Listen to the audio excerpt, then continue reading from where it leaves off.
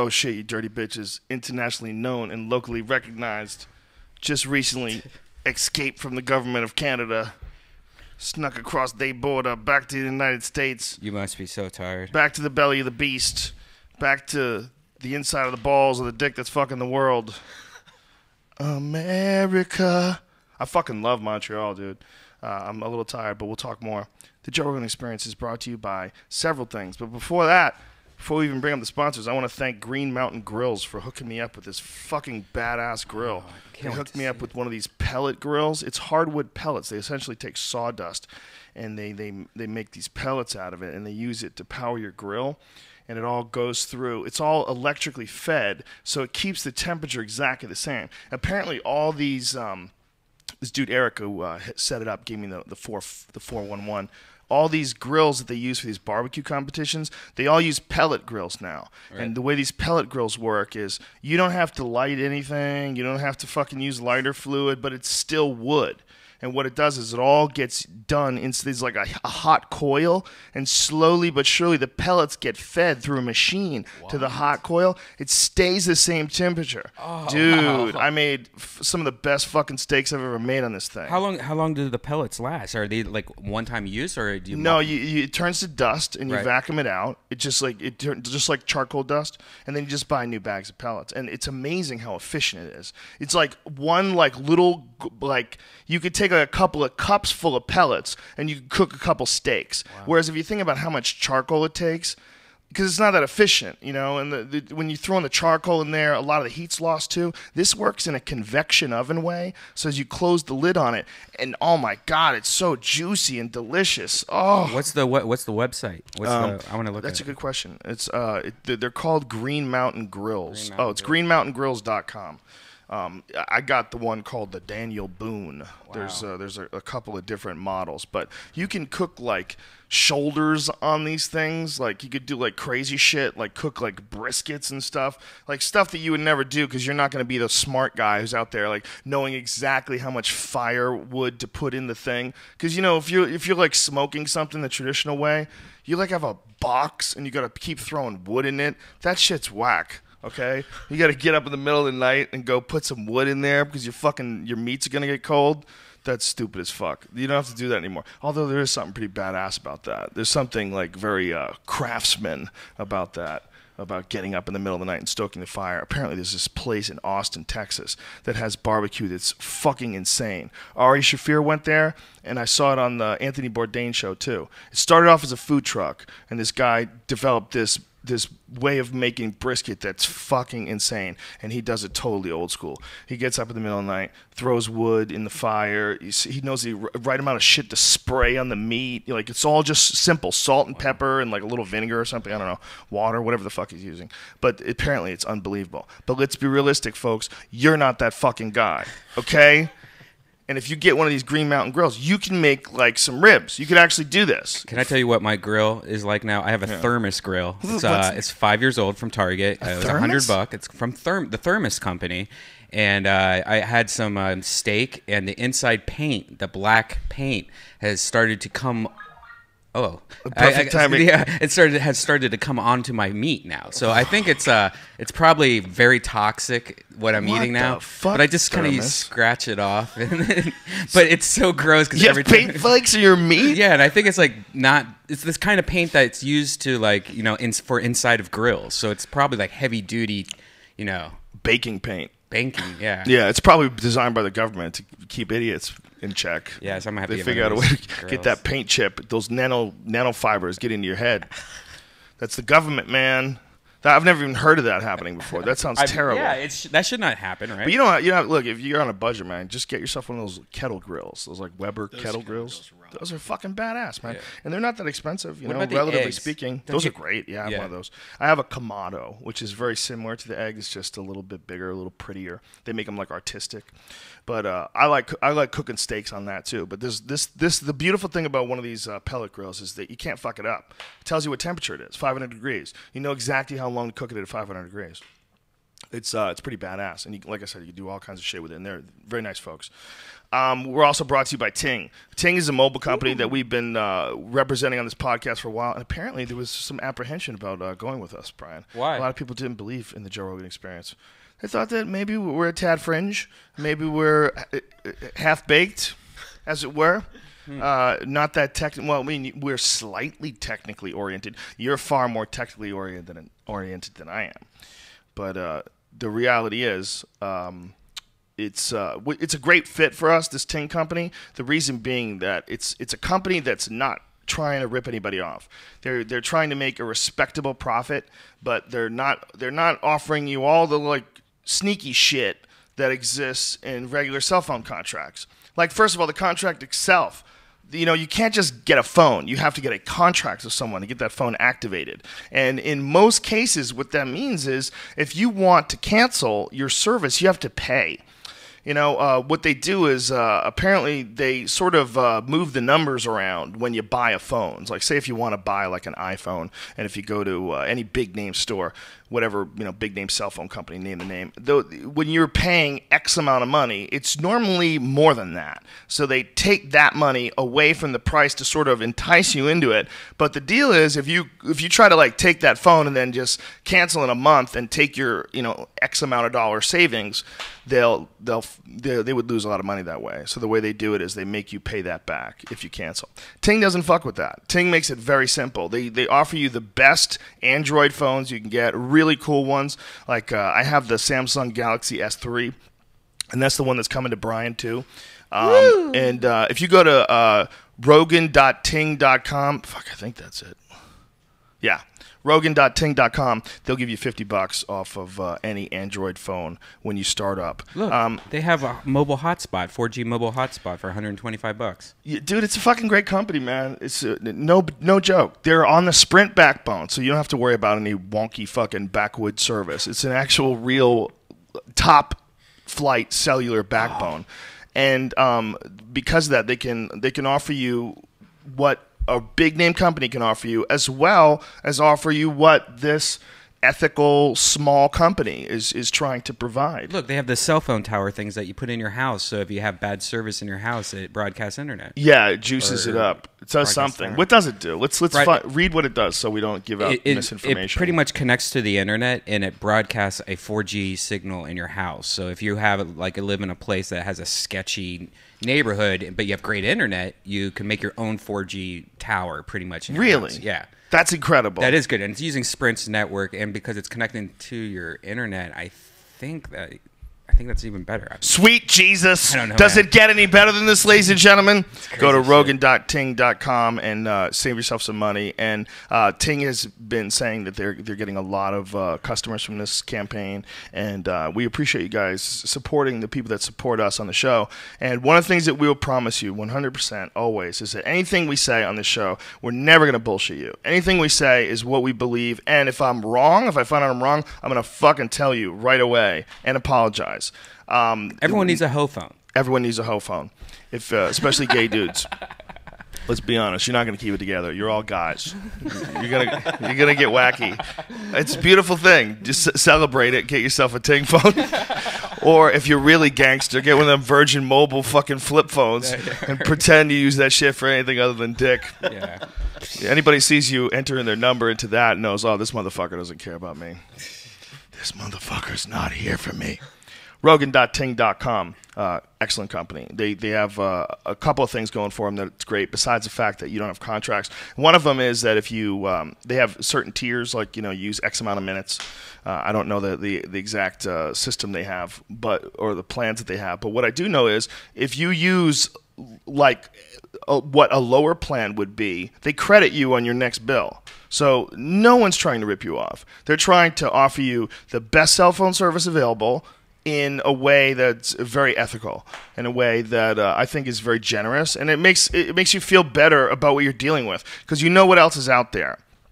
if you could deal with a company like this, like I like to vote with my money, and when there's a company like this that comes around that's doing something cool like this, I like to support it, and so that's why they're a part of the podcast. We're also brought to you by Onnit.com, and if you've ever been to Onnit before, we got a whole bunch of new shit, man, like fucking buffalo jerky. It's this Tonka buffalo jerky that's made with cranberries. We got killer bee honey. Why do we have killer bee honey? Because it's gangster as fuck. It is gangster. That's why. It's gangster as fuck to have killer bee honey, man. I tried it the other day. It tastes like honey. I don't give a fuck. I felt special. You know how grocery stores... stirring it in my tea. Gotcha, bitch. You know how grocery stores will have like problem with like lettuce, like, making people sick or something like that? That seems like the least dangerous thing ever. But you're having killer... bee honey. Yeah, it's gangster. That seems like you need a bigger insurance policy or sexy, dude. Seems sexy. You want to rub that shit on your dick. I bet your dick will just get hard instantly. That killer, that's almost venomous. What is this? It's probably delicious. It's very good for you. Fish oil jellies are the new things that we have. We have those for kids. Give kids a good dose of omega-3s, fatty acids, which are very important for brain function and development. And a lot of people don't get them in their diet, so they make them in almost like a candy. It's pretty cool. I just started feeding it to my kids. Hopefully it's not a science project. This is my daughter. Can't read my fucking mind, because no kids from the past ever got like fish oil pills. What if the kids their brains start developing out of control, and it's the next stage of evolution? Dude, what? Or not. Yeah. We also sell battle ropes and kettlebells. We sell fitness equipment. The type of shit that we sell is all the type of shit that I would use. We also have DVDs now. For a while, people were saying, like, what's the best workout you can do online? Well, there's one that I always talked up, so we just decided to start selling it. It's called the Extreme Kettlebell Cardio DVD. And this guy is a fucking animal. My God, it's Keith Weber. Fuck, what a workout this is. It's so brutal. I do this shit. We'll get to that. I do this thing with just 35 pounds, and you feel like such a pussy. It's amazing how tired you can get with just 35 pounds. You'd be amazed at, like, everybody thinks that it's, like, hard to go to the gym and lift some weights. Lifting weights is easy. It's really easy. You know what's really hard? Lifting something that's not that heavy a lot of times and doing it with your whole body over and over and over and over and over again. You're breaking. Everything just breaks down. And it's pretty safe because of the fact it's this unbelievable workout in a short amount of time, but you're not doing the type of things that you do when you blow out discs and really fuck yourself up, which is what a lot of people do when they start lifting heavy weights. Like, everybody wants to be, like, super big. And the way to get super big is you got to do, like, deadlifts and squats and all that shit with heavy weights so that your body goes, oh, Jesus, we got to get bigger. Well, with kettlebells, the beautiful thing is you just get stronger. It just makes your body acclimated to doing a lot of, like, physical work that will really manifest itself in real life situations because you're using your body all as one unit too. It'll help you, like, with picking up stuff. It'll help you, if you do any sort of sport, it'll help you.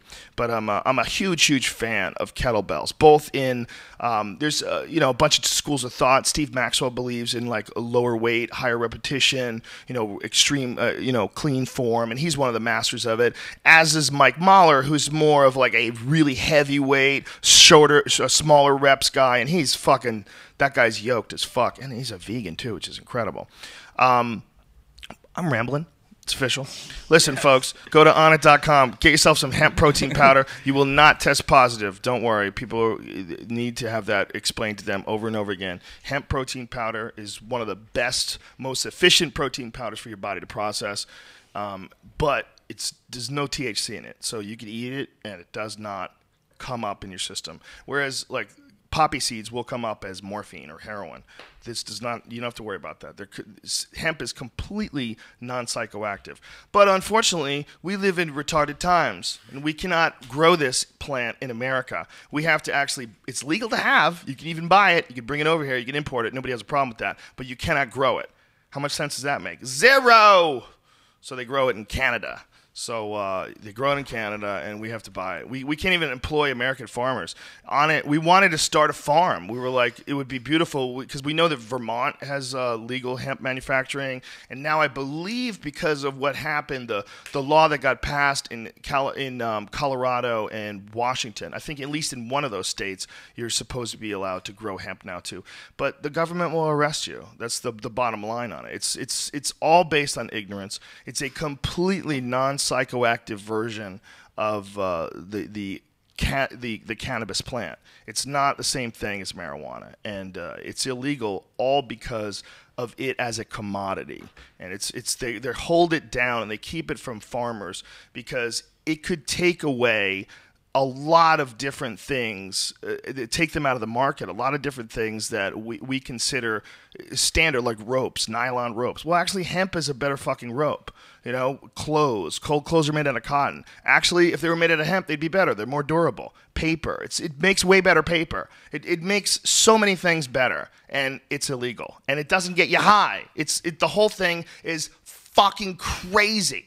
If it looked completely different than pot and had a completely different name and was not related but was going through the same circumstances, people would be up in arms, as they should be. Farmers should be up in arms about this because it's an incredibly good plant to have on your soil. You can replenish your crops in a short amount of time. It grows very fast. It's very healthy. You don't need pesticides. It's an incredibly strong plant.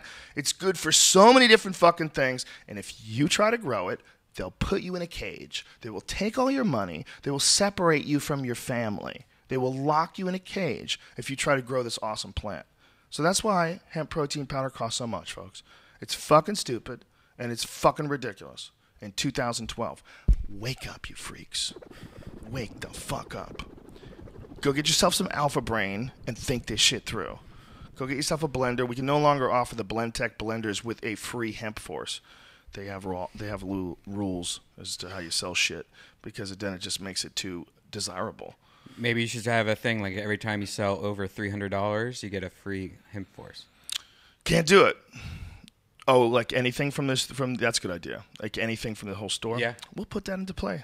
We'll speak to Aubrey about that. Get that shit in motion. All right, this fucking commercial's really long. Yes. And Tim Ferriss is here. So let's get this party started, you dirty. Anything to add? Anything to promote? Anything going on? Any shows? Oh, I'll be with Doug Benson Wednesday in San Diego at the American Comedy Co. Jesus Christ, son. AmericanComedyCo.com. Good club down there, too. Very, very perfect little comedy club. Yeah, and we'll have a Death Squad show there, the 12-12-12 also. And I think there's the other place is really good too. That Madhouse. Yeah. I heard that place is good too. I want to go there. San Diego making a comeback, bitches. All right, folks. That's it. Fucking let's get it growing. Hit that button. Let's talk crazy. Check it out. The Joe Rogan Experience. Train by day, Joe Rogan podcast by night, all day. Boom, bitches. Back with new knowledge and information. Tim Ferriss joins the podcast. My brother, thank you for coming back, man. Oh, it's great to be back. I've been looking forward to this one for months. Dude, I've been looking forward to have you on, too. I'm glad we were able to work this out time-wise. You're a very busy character. You too, man. Do you have a 4-day marriage? Is that out yet? You know, people have asked for the 4-hour marriage, and I'm like, you know, that would be eeasy to write. Given the rate of divorce, it's like I can do those interviews. 4-hour presidency, 4-hour ninja. Until I figure it out, I'm not gonna write a book about it. 4-hour CEO. Yeah, a lot of those too. There's a lot of those too. Yeah, your new book is, what is it called? The 4-hour commercial. The 4-hour commercial. That's me, man. I'm the master of that shit. The 4-hour chef. 4-hour chef. Simple path to cooking like a pro, learning anything, and living the good life. So very narrow scope. That's not a narrow scope at all. How dare you? You're confusing me. I'm not as smart as you. Settle down. Well, this is probably the first time I've actually had some THC in my system since the last podcast. Well, that's ridiculous. What a coincidence. What do you attribute that to, Tim Ferriss? Just pure correlation. Knowing that the government is listening and all. So we always like to pretend like the government I don't know what you guys are talking about. We're always trying to pretend like the government is spying on us, but meanwhile we broadcast this shit on our internet show. That's how you know you're a stoner. You're like, dude, what if the government's listening to this podcast right now? Dude, thousands of people are listening to this fucking thing right now. Oh yeah, fuck. The government? Why are they listening? Why do they care?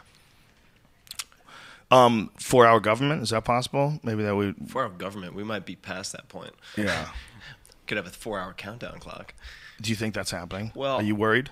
Yeah, I am worried. Are you worried about what's going on in Israel, the Gaza Strip? Well, I'm worried not only about that, but also, honestly, about just the financial integrity of this entire country. Yeah, that seems fake. Well, right? No, exactly. And I mean, the financial integrity seems fake. There's a really good book called The Biography of a Dollar, which talks about just the development of the currency of the U.S. dollar and where it is today. And the conclusion of all of those books is basically like buy shotguns, buy food, get something in a different currency. And what was kind of wild is, so when I was looking at doing research for the 4-Hour Chef and got into the wild stuff, and we can talk about that, but like the foraging and hunting and all these things I'd never done. And I went a little bit off the rails and started meeting all these survivalists and preppers and whatnot. And so I ended up writing like 150 pages I had to cut because I just went ballistic in more ways than one, just researching all this shit. But, and I had a number of close friends in San Francisco, New York, thought I was fucking nuts. And then Hurricane Sandy comes along.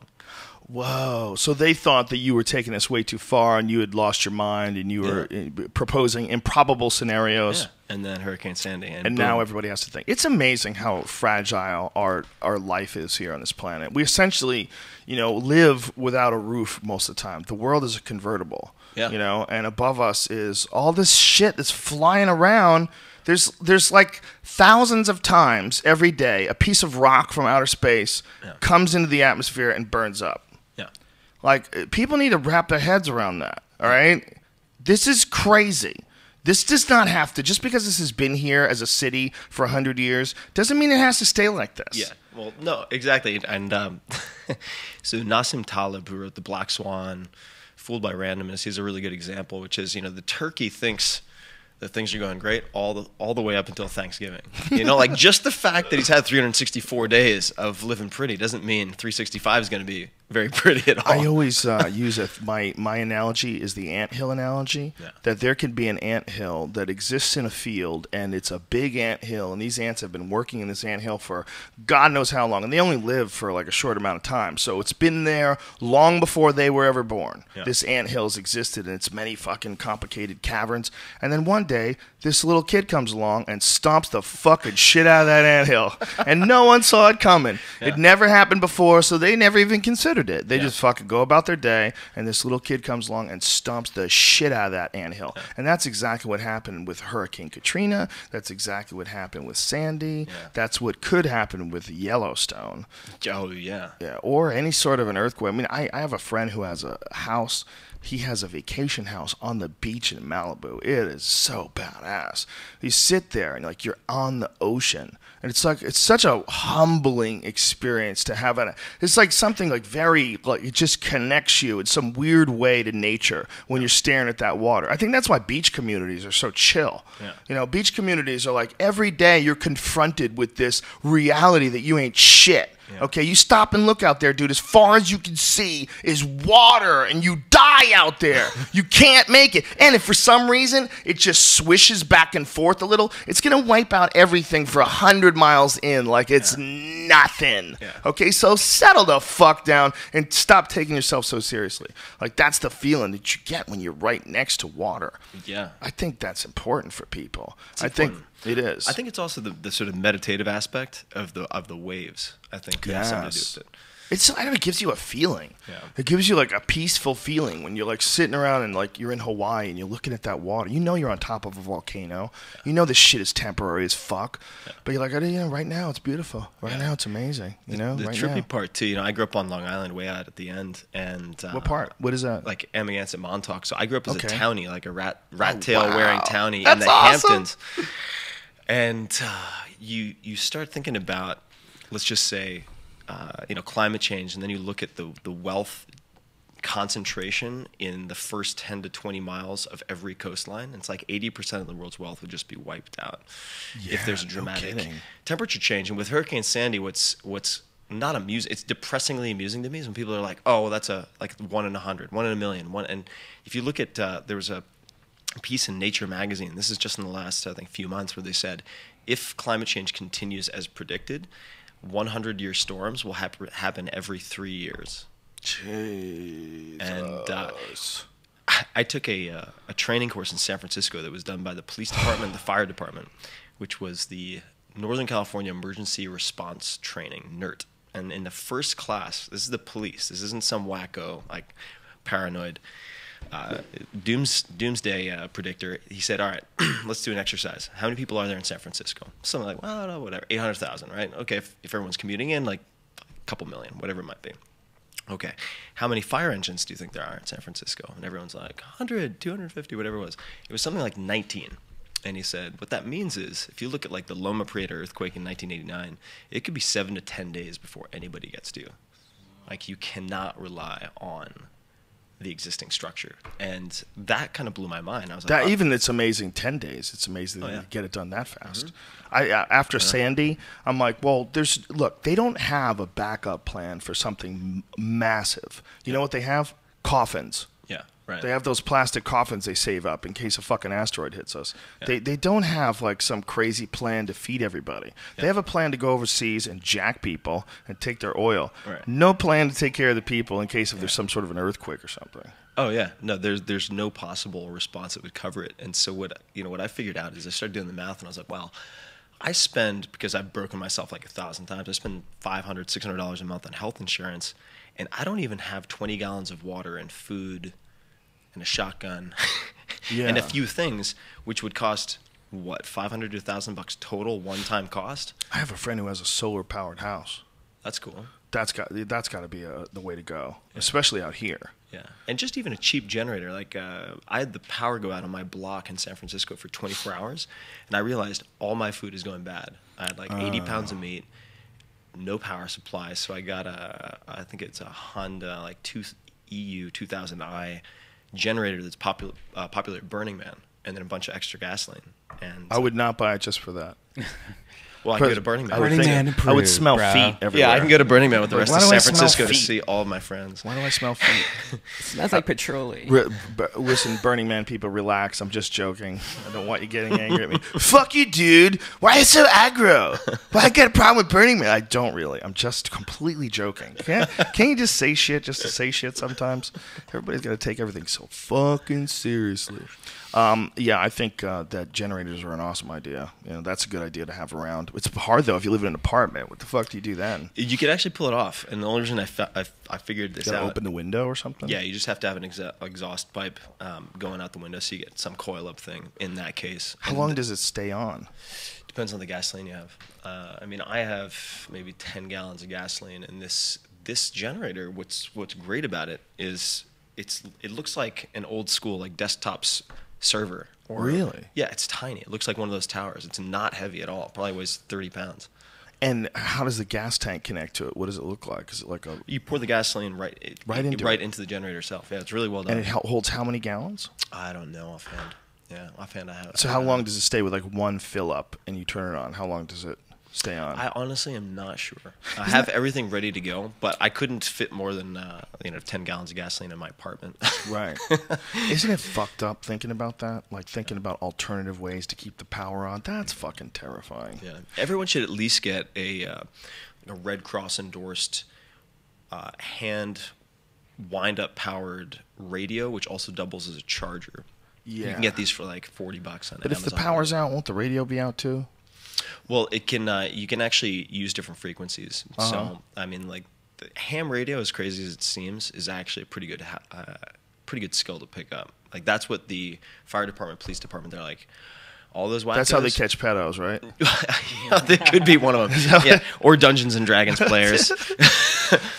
Again, we're kidding. Which I was, not slamming. We're kidding you, folks. Gray elf. That's what I was. Well, you were a gray elf? I was a gray elf. Wow. Yeah.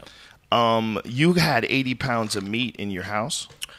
Oh, I have more now. I have about 120 pounds. Why do you have so much meat in your house? Yeah. Are you eating people? Are you eating homeless folks? Cleaning up the streets. Gentrifying your neighborhood, trying to improve your property value? So we have a mutual friend now, Steve Ranella. Yeah.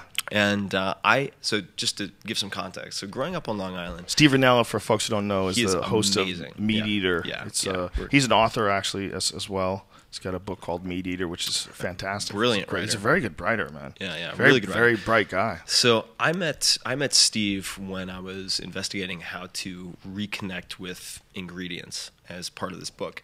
And I think above and beyond that, how to correct like manual illiteracy, right? So one of the things that really started to bother me in the last few years is I looked at like what my dad could do and my granddad could do.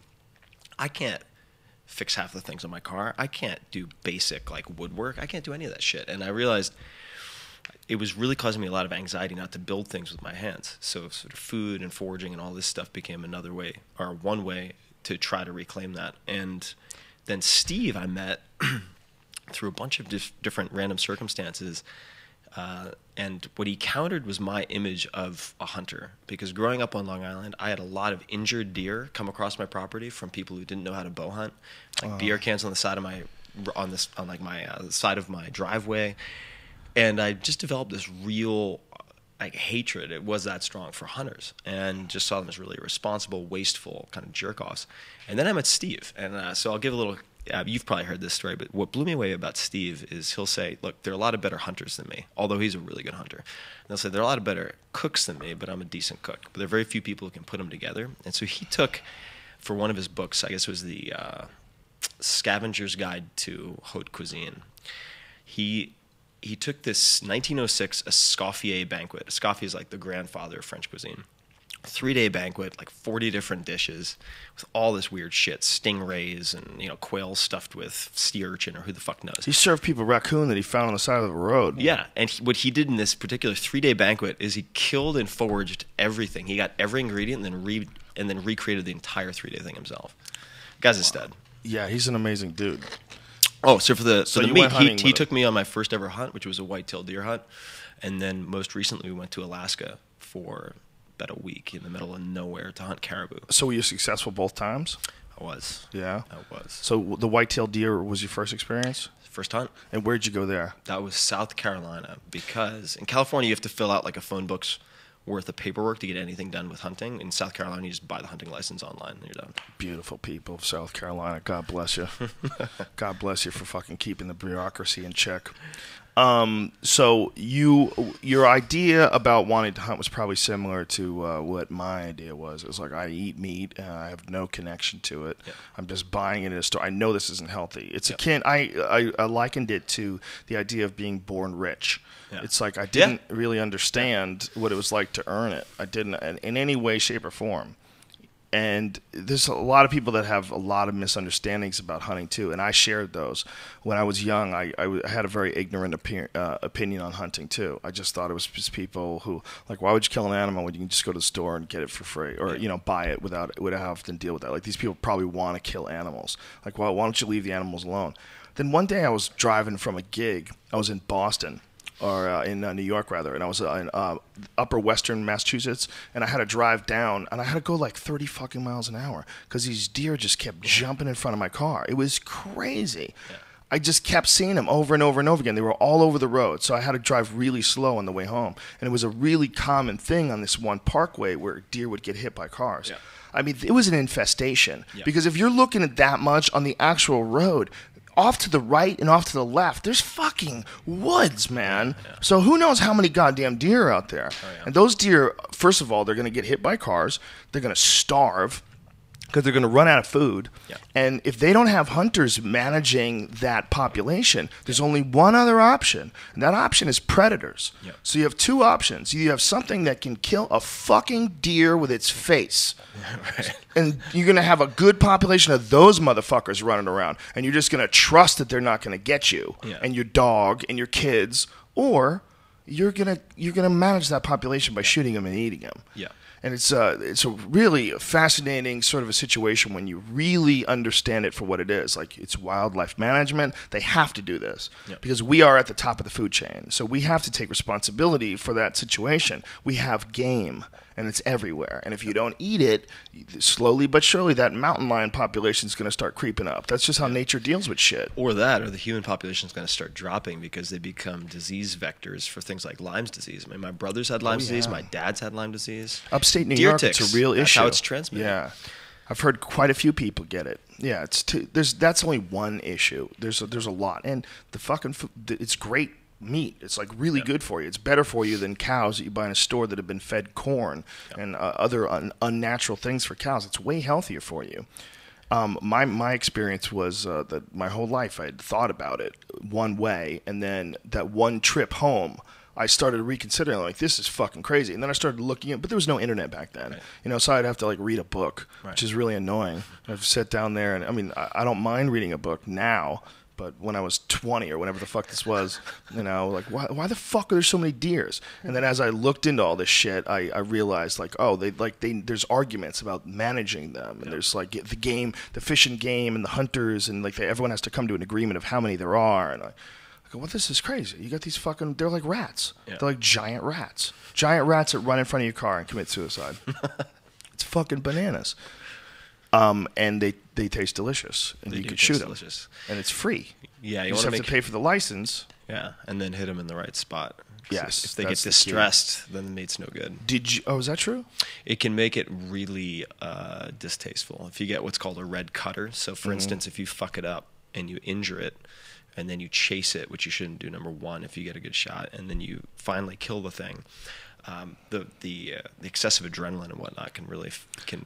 Is that true? Because my deer, I shot it, it went down, and it was gonna die, but it was still alive, and then I shot it again. Yeah, I had to shoot it again. Yeah, I think it depends a lot on the duration of that stress. So what happens a lot, for instance, with novice bow hunters, and I'm not a bow hunter, like they'll go in the woods for hours. Well, they'll and hours. hit it with a bow. And then instead of waiting for it to die, they'll chase it and it'll run around for like an hour, right?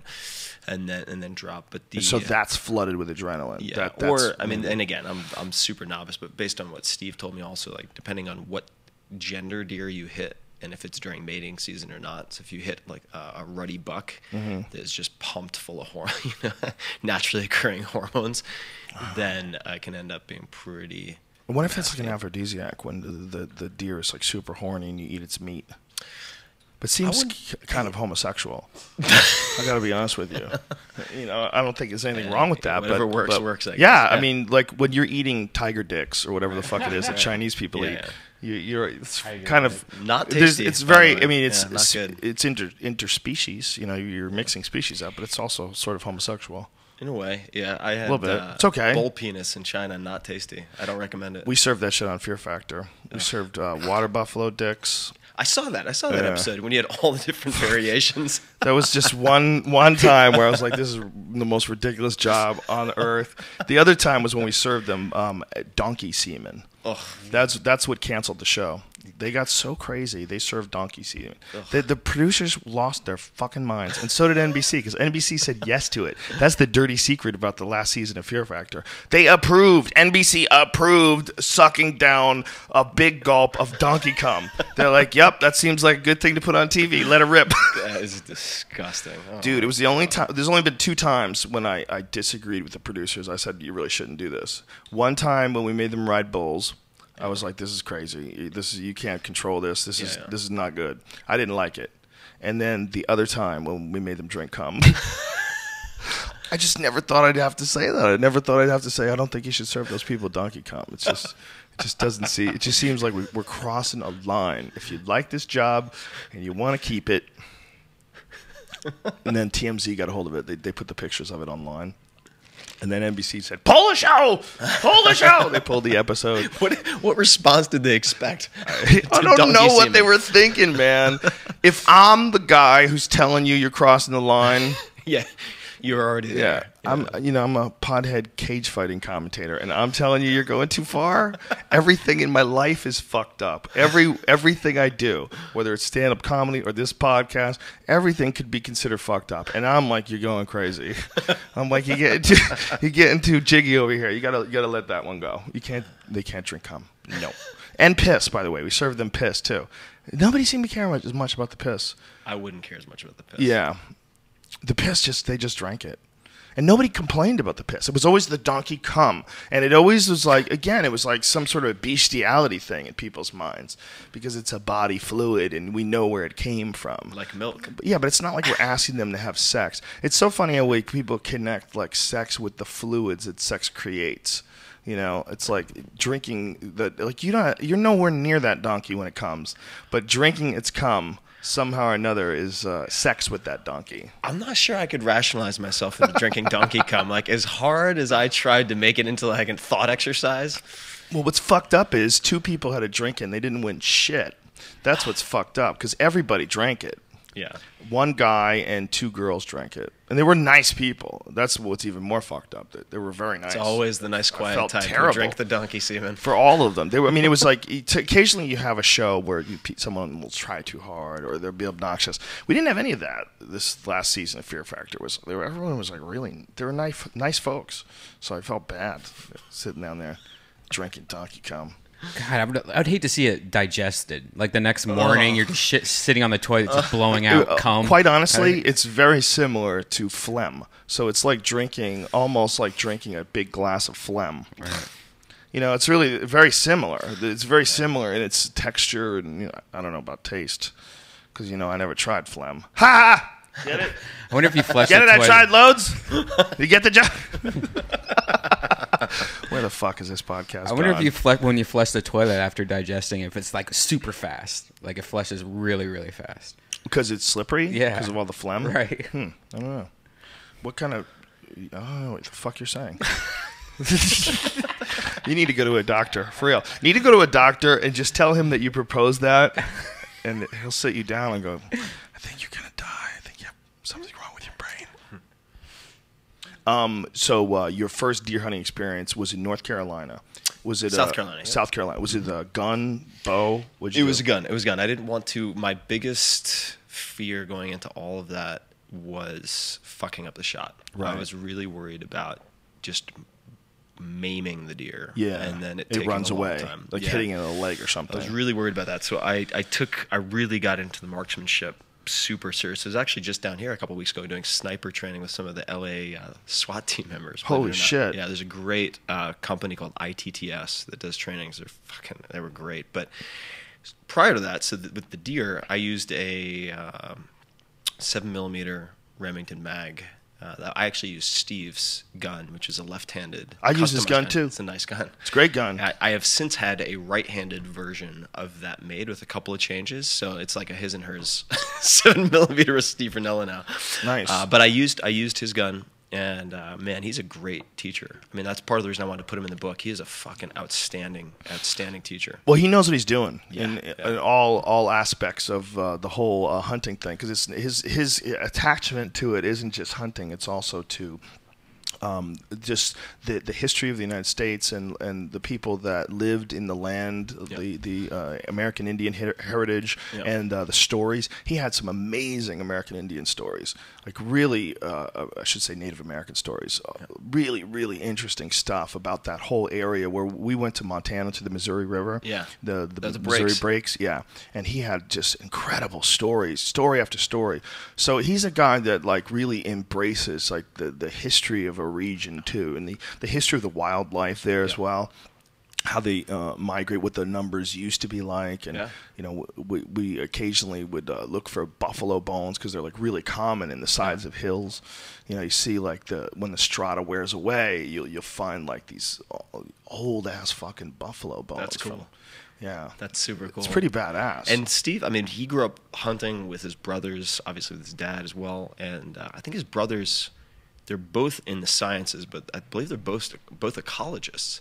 And it's a fascinating family. And I mean, Steve, I guess he's been writing for money for whatever it is, a decade maybe, but he started trapping for money in rural Michigan when he was like 10. Yeah, he was talking about how his dad pulled him out of school for first day of trapping season, first day of hunting season. He's just like, that's like how he grew up. I think that's fucking awesome. But it's fascinating because everybody immediately, if you think of a guy like that, you think of a dumb guy. Yeah. You think of an uneducated guy, an unworldly guy. He's the exact opposite of that. Total opposite. Yeah. Brilliant guy, very, very well read. Yeah.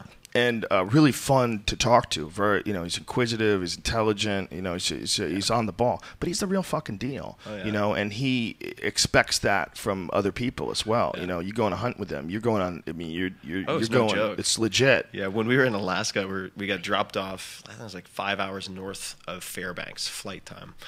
And we got dropped off on the side of a lake by a bush plant. They're like, "See you in a week, peace. Don't get eaten by bears." And then, lo and behold, never got dark because we were above the Arctic Circle, and we had 2 huge grizzly bears repeatedly try to come into our camp. because the people before us had left a fucking gut pile of caribou, like, I don't know, 200 yards upwind. So we had these 2 huge bears come in, and Steve was so funny because everyone's like, oh, fuck, grizzly bear, like 10 o'clock. And it's like, I don't know, ETA 3 minutes.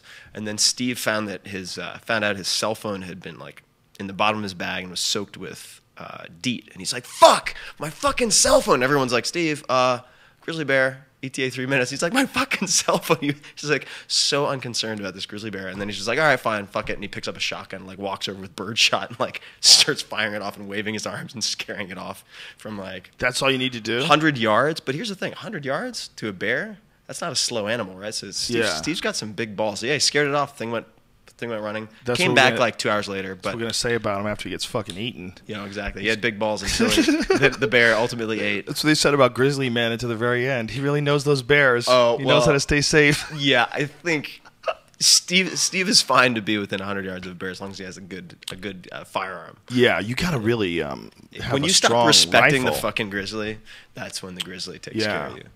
Yeah. To shoot a grizzly, like, you can't shoot it with like a little pistol. No, you need to hit it with like a slug. Yeah, because you're not going to stop them. It's going to take years for them to die. Like if you shoot a big grizzly with a fucking 9mm, you know, you try to go gangster rapper style on him. That's not going to kill a bear. No. He's going to keep running at you, and you're going to be so scared when it eats your head. Yeah.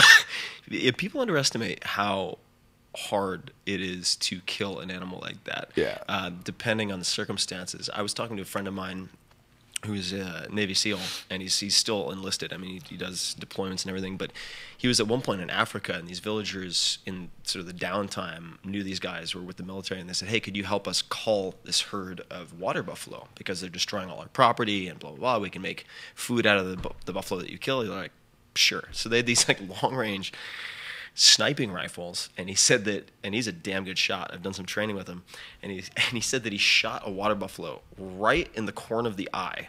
Right? Oh my god! And the thing like shook its head and then looked straight back at him and just kept on eating. Like what? Yeah, the fucking skull's like that thick, and it had like gone halfway in the skull and just lodged with a high power rifle, and the thing just kept on eating. And so, like that is what would happen if you didn't place your shot with a bear and forget it. Like if it's a grizzly charging, a high-powered rifle, and it couldn't get through his fucking head. Yeah, they had to aim. They ended up having to aim at the base of the skull from the side of the back. God, that's so crazy. Don't shoot him in the head. Became the rule.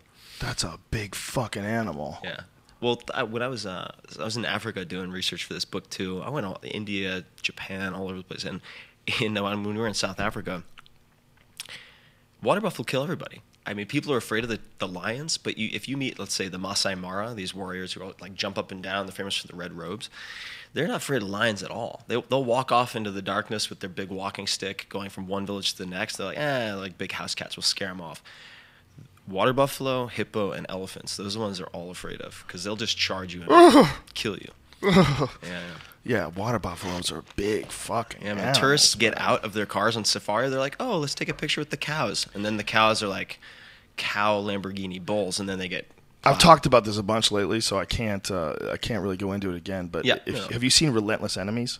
No. This was what I'm talking about. I've talked about it so many times in the podcast. You have to watch it. Okay, it's a documentary. I'll just give you the brief. It's a documentary about a part of Africa where the rivers change courses, and it's isolated these lions with water buffalo. That's their only prey. So the lions have grown enormous. The female lions are the size of male lions. It's an amazing documentary. There's a couple different prides on this island, but one of them is fucking huge. They're like Hulk lions. That's awesome. They're just jacking water buffaloes, man. That's how they have to do it now. And you see how big a fucking water buffalo is when you see 5 lions struggling to take this thing down. Yeah, they're no joke. Fuck that, man. If you see one of those things in the wild, do not fuck with it. Yeah, apparently back in the day, like that was a big deal with buffalo too. Like if you got near a buffalo and the buffalo charged you, I saw a video of a guy getting charged by a buffalo on YouTube. You don't think for whatever reason that you're gonna die by buffalo. Yeah. But that moment where that thing is going. Yeah. And you realize how fucking big it is, and you go, "What am I doing? I'm in front of this crazy fucking Star Wars looking animal." Yeah, you're gonna get hit by something that weighs more than a Volkswagen Golf, with skull plates on the front of its head. Not going to end well at all. It must have been amazing back in the day when the Native Americans would run into these herds that was far as the eye could see of these things, because they really didn't have many natural predators. No. Not at all. I mean, wolves, but it takes a lot of freaking wolves to take down a buffalo. Yeah, they probably were fine. Yeah. There must have been so many wolves, though. The wolves must have ate great. Yeah. Because there was so many buffalo.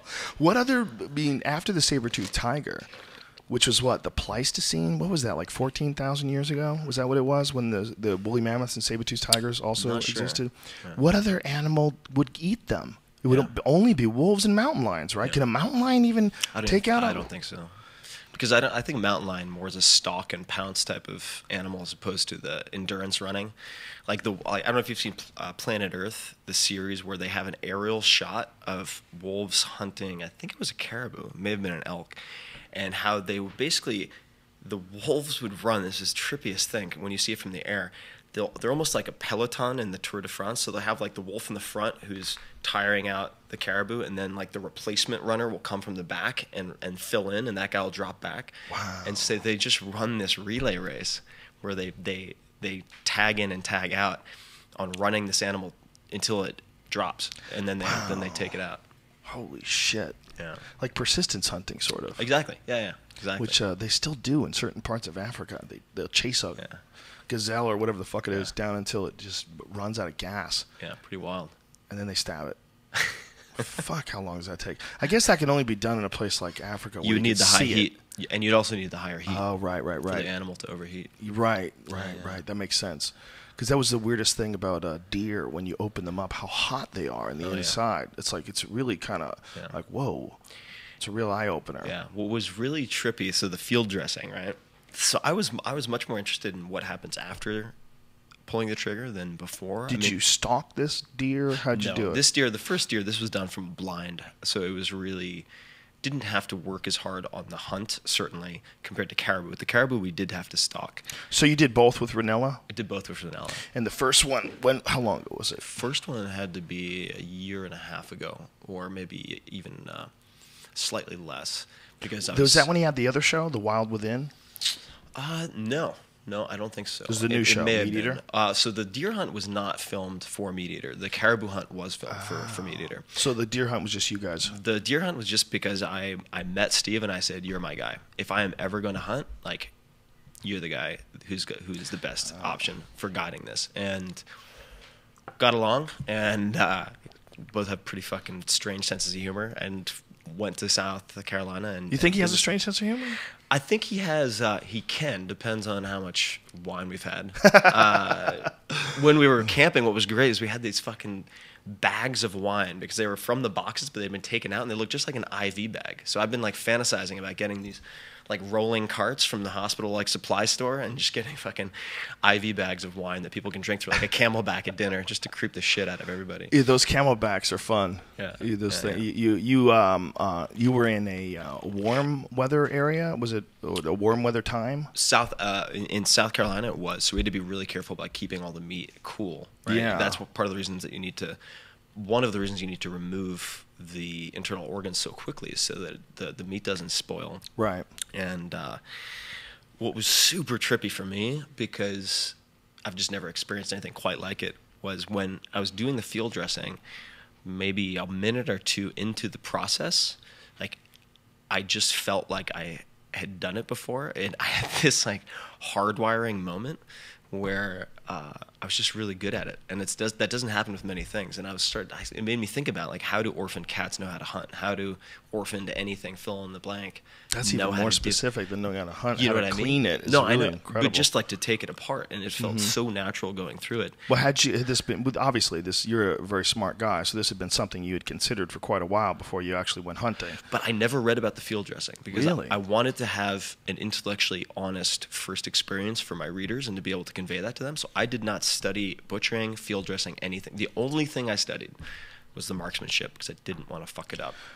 One of the things I liked about his show, as opposed to a lot of other hunting shows, was the fact that he did do a lot of the field dressing on the air. Yeah. He did show you what was going on. So I had a better sense of it. I'd seen a lot of hunting shows before. Like, I'd watched Ted Nugent's show a lot. Yeah. but he doesn't clean them as much, and he doesn't like do it. He'll do it occasionally, but Steve did it quite a bit, and it's very, you get to see like that's realistic shit, man. Like you really see what an animal's like when you get a steak. Where okay, let's back it up. Here's the animal. Now it's dropped. Now you open it, and then you turn it to steak. Like, whoa, that's a completely different experience. Oh yeah, and it was fascinating to go through it for the first time, but also document the whole thing in terms of photos and videos and everything else, all the way until that night when we had some back straps, which are kind of like the spinal erectors. Dude, you're talking like a hunter. Yeah, about back straps. I'm using Steve Ranella's vocab. Well, the back straps. What was trippy about that, because I think about anatomy just in terms of training and weightlifting, deadlifts and blah blah blah. And so I was thinking like, back straps. And so then I went back to where we were staying with the guy named Dave Amick, who builds custom rifles, and they had this little labradoodle that came around. I was playing with a labradoodle, and I started like feeling its back and its anatomy. It was so weird, and I was like, "Is it weird that I'm like looking for back straps on this labradoodle?" No. And Steve's like, "Don't worry. Like when I give my wife a back massage, I think the same thing." Oh, so like, wow, don't worry that's about so it. Weird. But it's like when you're actually taking an animal apart and thinking about the anatomy, you start seeing those cuts and that anatomy, like everything that moves. It's really fucking weird. Well, when you see an animal for a purveyor of meat, you see it as a meat container. Yeah, it's a new experience. Yeah, it's weird. I went to Kreischer's birthday party last night, and they had one of those things. It was like a box where you put a pig inside, and then you put like coals on top of the box, and then you flip it. And it's like they bury it underground or something? Yeah, but I guess it cooks faster than burying it underground. It only takes like 3 to 4 hours or something like that. But it was amazing watching them take the pig out, and then like Bert was just digging in there, like taking out parts of the pig, and then cutting out the meat. Oh, this is Bert's birthday, right? Bert's birthday party. I wish I got it to made that. me feel like such a pussy watching like all these men just like taking this pig apart, like they all knew exactly what to do. Like I would be like disgusted by it. I'd be like, ugh. Really? So you look at like the whole pig, you were like, this is too much, seeing the whole pig? It was really creepy. It was creepy. I thought it was creepy to watch Because it's an actual body instead of like I a think cut the of box makes it creepier though, because it's like a coffin for a pig instead of just being in the ground. Yeah, you think? Yeah. I think that never really bothered me, but maybe I look at things differently. I don't know. Maybe if I wasn't, it snuck up on me. I've been thinking about it for so long. But by the time I went hunting, I'd been thinking about it for at least 10 years. I wanted to do it for at least 10 years. Well, I'd always wanted to feel more conscious and aware, just like responsible for the food that I eat, including the meat. And I didn't know that someone like Steve existed. You know what I mean? Right. Until I met him, then I'm like, yeah. Well, I don't think there's many like him. Yeah. Maybe his brothers. yeah. Look at that, Joe. There's the pig laying in the. That is kind of. Oh, that's wild, man. That's kind of creepy looking. Yeah, that pig looks like someone looks dropped like a refrigerator that on looks him. like a PETA advertisement. Yeah, right. And then there's sorry. And then there put like the pig head, putting it through Bert's body, like a photo of Bert. Oh, that's weird. The head is certainly weird. Yeah. That's cool though. The pig cooking a pig on a spit, essentially, or a whole pig, and they did it at his place. Yeah, it was pretty sweet in his man cave, and I completely understand, by the way, where everyone's coming from who's a vegan. Everyone is coming from who's a complete animal lover and doesn't want to have anything to do with eating meat. I fucking hear, and I think it's a very noble way of thinking. If you really look at what they're doing, they're essentially trying to be a part of the next stage of evolution when it's done through the right or the most moral, for the most moral reasons. They're trying to exist with very minimal karma, with no death, no damage to the planet. But the reality of this environment that we live in now, this world, this existence, this dimension that we live in now, is that these animals, these are all temporary. And some of them they're dumb as fuck. Okay, there's this whole system going on here. Like, you got to recognize this system where we're attaching morals to something that's just this natural, everyday process of animals consuming animals. And in order for you must recognize you are an animal, and in order for this animal body to work at its best, really it should eat animals. Yeah. That's I mean, you can live and exist as a vegan. There's a lot of top vegan athletes like Mac Danzig. He's a high-level vegan athlete. but maybe he'd be better if he ate meat. It's possible. Yeah. If you listen to guys like Dave Asprey, they tell you the science behind, eating actual animal matter and what that does to your nerves, the way your body performs, the way your body can move. I don't know if he's right. I'm too stupid. I'm too stupid to really know who's right. But it sounds to me like the people that are trying to be vegans, I like what that stands for. I like what that stands for. That stands for people that recognize that, like, man, I'm doing something. I'm affecting something. I don't want to be a part of it.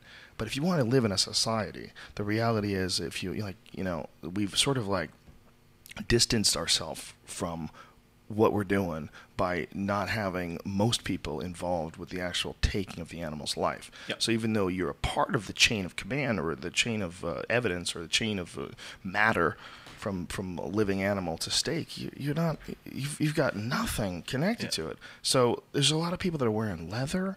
There's a lot of people that are eating cheeseburgers, and they're like, I could never go hunting. Yeah. And you're like, well, that's kind of crazy. Like, that seems like it's kind of crazy.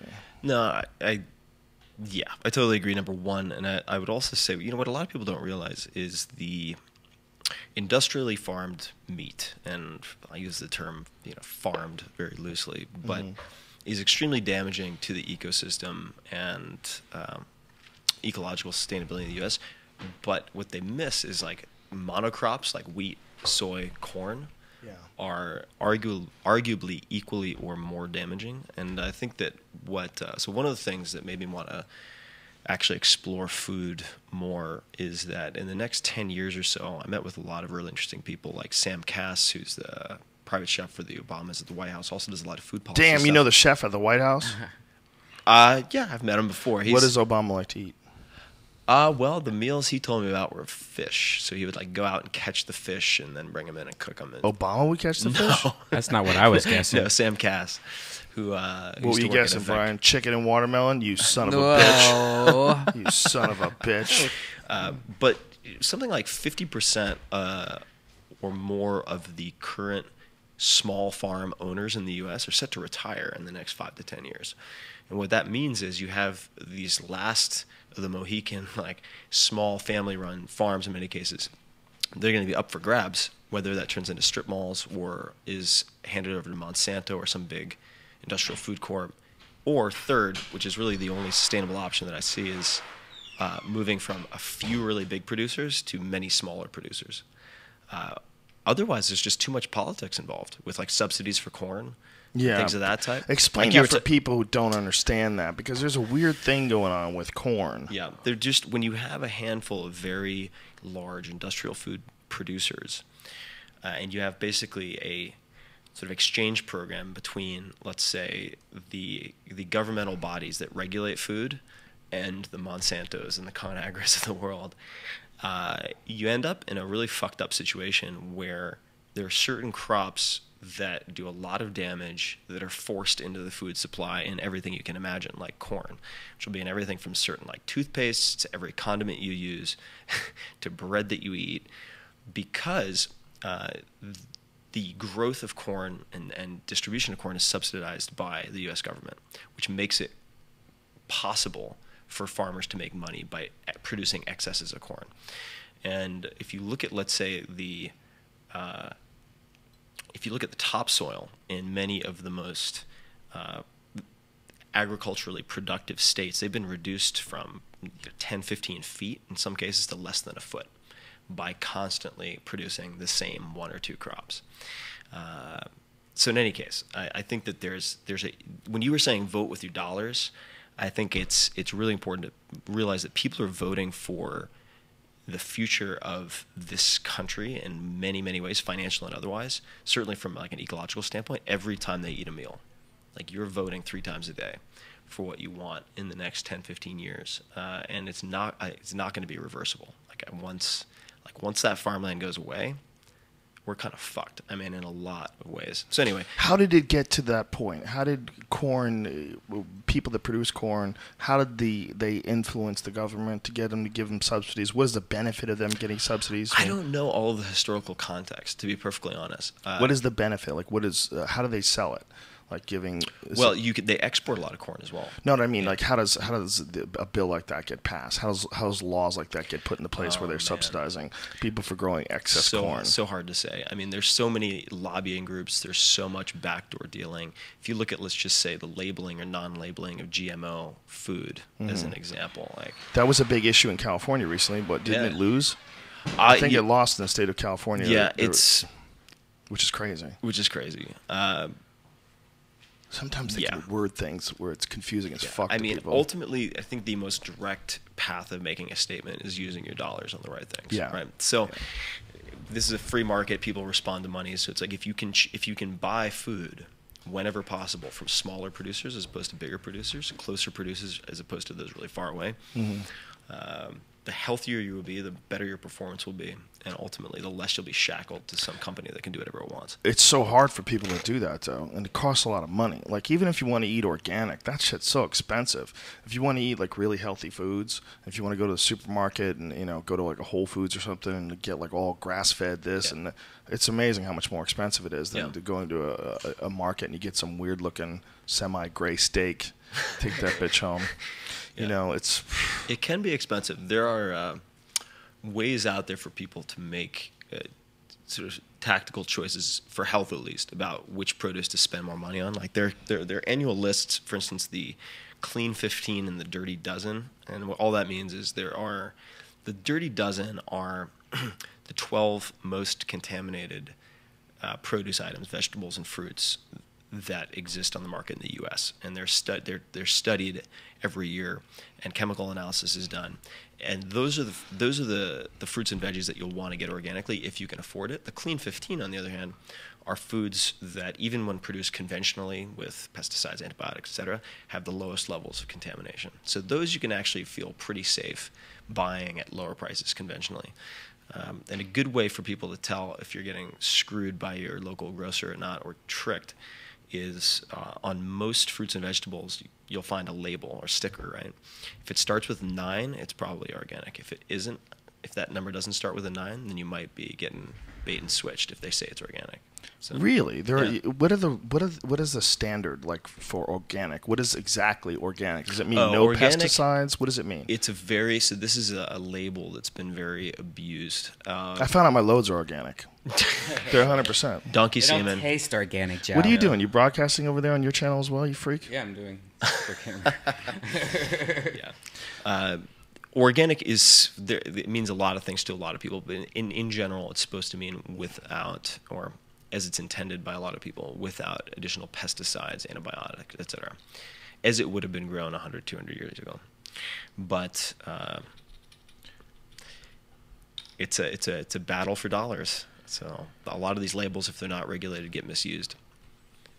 And what is the feasibility of, like, say if you had a community of people, say if you got together with 10, 20 people, whatever, and you all wanted to get in on some farmland and figure out how to grow your own vegetables. Have you, like, ever thought about, like, how much land it takes, how many animals you need, how many... Yeah, I've looked at it super closely. Is that in the book?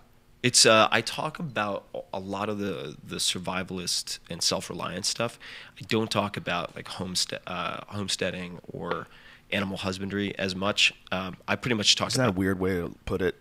Homesteading and animal husbandry. That's my next book. Those are two strange terms that you very rarely hear people use. No, so I looked at this really closely, and my girlfriend actually she's from Vancouver, Victoria, and her family has created in the last year a farm that produces almost all of their food. So they have a handful of sheep.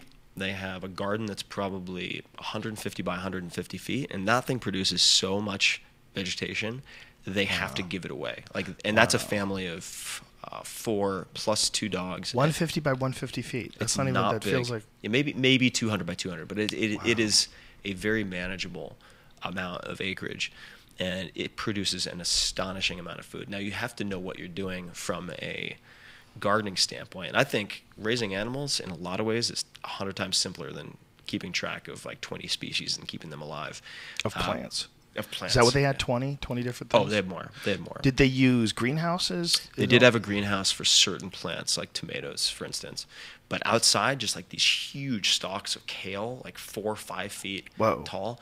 amazing. I mean, it's just, it was so, it was trippy for me in the same way that going on my hunt was trippy, where you're like, wow, so that's what a ribeye, that's the part of the body that a ribeye is from. Right.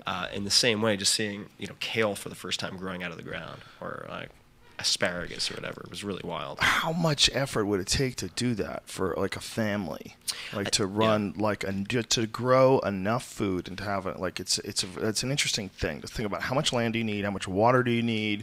How much acreage do you need for 4 people, 5 people? I don't think you need much. I mean, my uncle had a farm. I have 2 uncles who had one very small farm, another with a much larger farm. And I mean, if you want chickens for protein, like not for the meat, for the eggs. The eggs, because they give out eggs every day. They just kick those eggs out. I didn't even know that till I was in my 30s. I'm so fucking stupid. I thought that every time a chicken gave an egg, that egg could have been a baby chickie. It could have grown to be a baby chickie, but you ate it before it could. That's what I really thought. I thought like when you had fried eggs that you were having baby chickies that just you caught them in time and you killed them before they became little. Yeah. But that's not what an egg is, folks. Yeah. Chickens lay eggs every day. Yeah. The ones that we make, at least. I don't know if it's normal in the wild for them to run. They still produce a lot of eggs. I mean, they're not like Franken chickens where their like breast meat is so big they can't stand up. Right, like the freak ones that you see like in those weird documentaries that scare the shit out of you. Yeah, there's a great. There was a great TV show or series in the UK. I think it was BBC produced called, I think it was Escape to River Cottage, and it was about a chef from London who decided to go to the country and basically try to do all this stuff from ground zero. So raising animals, raising all of his food on this property. And do you remember the guy's name? I should know this. He wrote the River Cottage cookbook and as well as a book, River Cottage meat book, which is amazing. Wonder if that's the same guy that Bourdain had on his show. Got longish hair, glasses. Maybe. Do you know that show's over now? He's got a new one on CNN now. Oh, really? Yeah, they moved it over to CNN. That's what one of the guys, Mo, who's the director of Meat Eater, is also one of the guys who works for Bourdain. He works for both guys. Oh, that's right. 0.0. Yeah. So I remember it's Hugh Fearnley Whittingshall, some very British-sounding aristocratic name. But that's very British-sounding aristocratic. Hugh Fearnley Whittingshall, something like that. But the show is awesome, and it goes through a lot of this stuff. Shows him fucking it up and getting it right, which is really cool. Yeah, I would imagine it would take some effort and planning for sure. Yeah. But I mean, Brian Callen and I, who also went on the hunt with me with Steve Ranella, we've talked many times about getting a plot of land for our family and like figuring out how to do something like that. It would require a lot of work, though. Yeah, it would. And but it's probably a good idea. Part of what I thought about when I was doing all this research over the last 2 years since we last saw each other, whatever, is creating a small group of like modern hunter-gatherers. So you have 5 friends, and instead of trying to do it all yourself, you're like, all right, you're in charge of caribou. Go get us some caribou. You're in charge of fucking tomatoes. You're the tomato guy. Make sure you get the tomatoes. You're in charge of, who the fuck knows, kombucha. You make That would be a great thing to make. Yeah. Isn't it crazy, though, that might be a reality someday? It's impossible for people to imagine anything bigger than Sandy or Katrina. Katrina was bigger than Sandy, but something along those lines. So a massive disaster, massive loss of property and life. Yeah. But that's nothing compared to like what used to be here. Just the ice that used to be over North America. Just the, some guy, we were in Canada, and he was talking about how they found beaver. He guy just brought it up. Someone was talking about global warming. And he was saying how they found beaver dens like under hundreds of feet of ice in Greenland, and that at one point in time that ice wasn't there. Yeah. This is like real simple. It's real recent. Yeah. Some shit happened. Yeah. We cling to the idea of staying in a spot. Yeah. We cling to the idea, this is my land, I've staked a claim, well, I have a property line, I even have a fence up. Right. But that's ridiculous, because this earth is a constantly shifting organism. Yeah. It's a thing, and it moves around, and things change, the atmosphere changes. Yeah. There used to be dinosaurs here, stupid. This shit is volatile. Yeah. And we don't want to believe that. We want to believe that, I shut my little cardboard door and lock my little brass lock, and I'm in. Yeah. I'm completely shut off from the environment. Just having, people like spend 3 hours on a Saturday spend a few $100, go to Costco, because they have all this disaster preparedness stuff, and get 2 weeks of food. Get like a week or two of water. Just have it. What's the downside? It's definitely not a bad thing to have. It's definitely not a bad thing to be prepared. If you could do solar power, I definitely want to try to do that. And a lot of people go with they have both. They have like a generator. They'll have like solar power. They have propane. You can have like propane generators that will kick on. Automatically when your power goes out. Nice. I had that in Colorado because when I was living in the mountains, apparently the power goes out up there all the time. It sometimes takes a long time for them to turn it back on. Yeah. So as soon as the power would go on, you would hear like a second, and then you hear the generator kick on. It was a big ass generator that was set up for this property. But windmills, that's another option. Yeah. My friend in Oregon has windmills, and he actually sells power back to the grid. However the fuck that works. Nice. How does that work? Buy your power? No idea. Well, yeah, I mean, the meter goes the opposite way. That's crazy. Yeah. They get like credits. That's what many schools in California and elsewhere are doing to generate extra revenue, is they're actually having solar power companies that are partnered with, whether it's different power companies or the local government, will install solar panels on the top of all the gymnasiums and all the school buildings and everything like that. Wow. And then they will receive either an upfront payment or some type of monthly stipend, or they get a percentage of the energy that is paid, that is then sold back to the grid, basically. Yeah, there was a school in Boulder that had like a whole farm set up there. It was pretty badass. Kids were growing their own food. That's cool. I was like, yeah, that'd be a really smart thing to teach kids how to do. You know, instead you're teaching them some shit they're almost likely to never use. Yeah. You know, teach someone how to actually grow some food. That would be a great thing to teach, like as a standard class in high school. Farming, just like simple farming. This is how you grow vegetables. Yeah. Why isn't that like a requirement? Math is a requirement. English is a requirement. We're like, listen, we've got the natural world locked down. Okay, we don't have to think about that anymore. Yeah. But that lost connection, you really do feel this connection when you grow something. When you actually grow something and then eat it, it's like it awakens something inside you. This weird primal satisfaction. And also just the therapeutic aspect of having to care for something besides yourself, I think is really, I certainly underestimated it. I mean, I kill plants like it's my job. I have a brown thumb, or I don't pay attention, I don't care, whatever it is. But I ended up experimenting again with growing plants, and I just got rosemary. It's a really tough plant, pretty hard to kill, and you can use it for just about any type of food. So I started with just a little rosemary plant, like cut to kind of look like a fucking Christmas tree that I got at Whole Foods or something. And that thing will produce enough herbs for tea, enough herbs for food for like weeks and weeks on end. And it's hard to kill. So I found that to be a really low stakes way to have an early success with growing a plant that would hopefully then encourage you to do more of it. Because it sucks when you try to get into something like that and then immediately fail because everything dies and you're like, okay. Yeah, and you don't want to jump right into the deep end of the pool. You learn how to grow a plant before you think about starting a farm. Yeah, exactly. You know? Exactly. Because if you have like your everyday life and then on the side you want to run a farm, like, bitch, you ain't got time for that. Yeah. The full timers have enough trouble with that. Like, yeah, I mean, you would have to.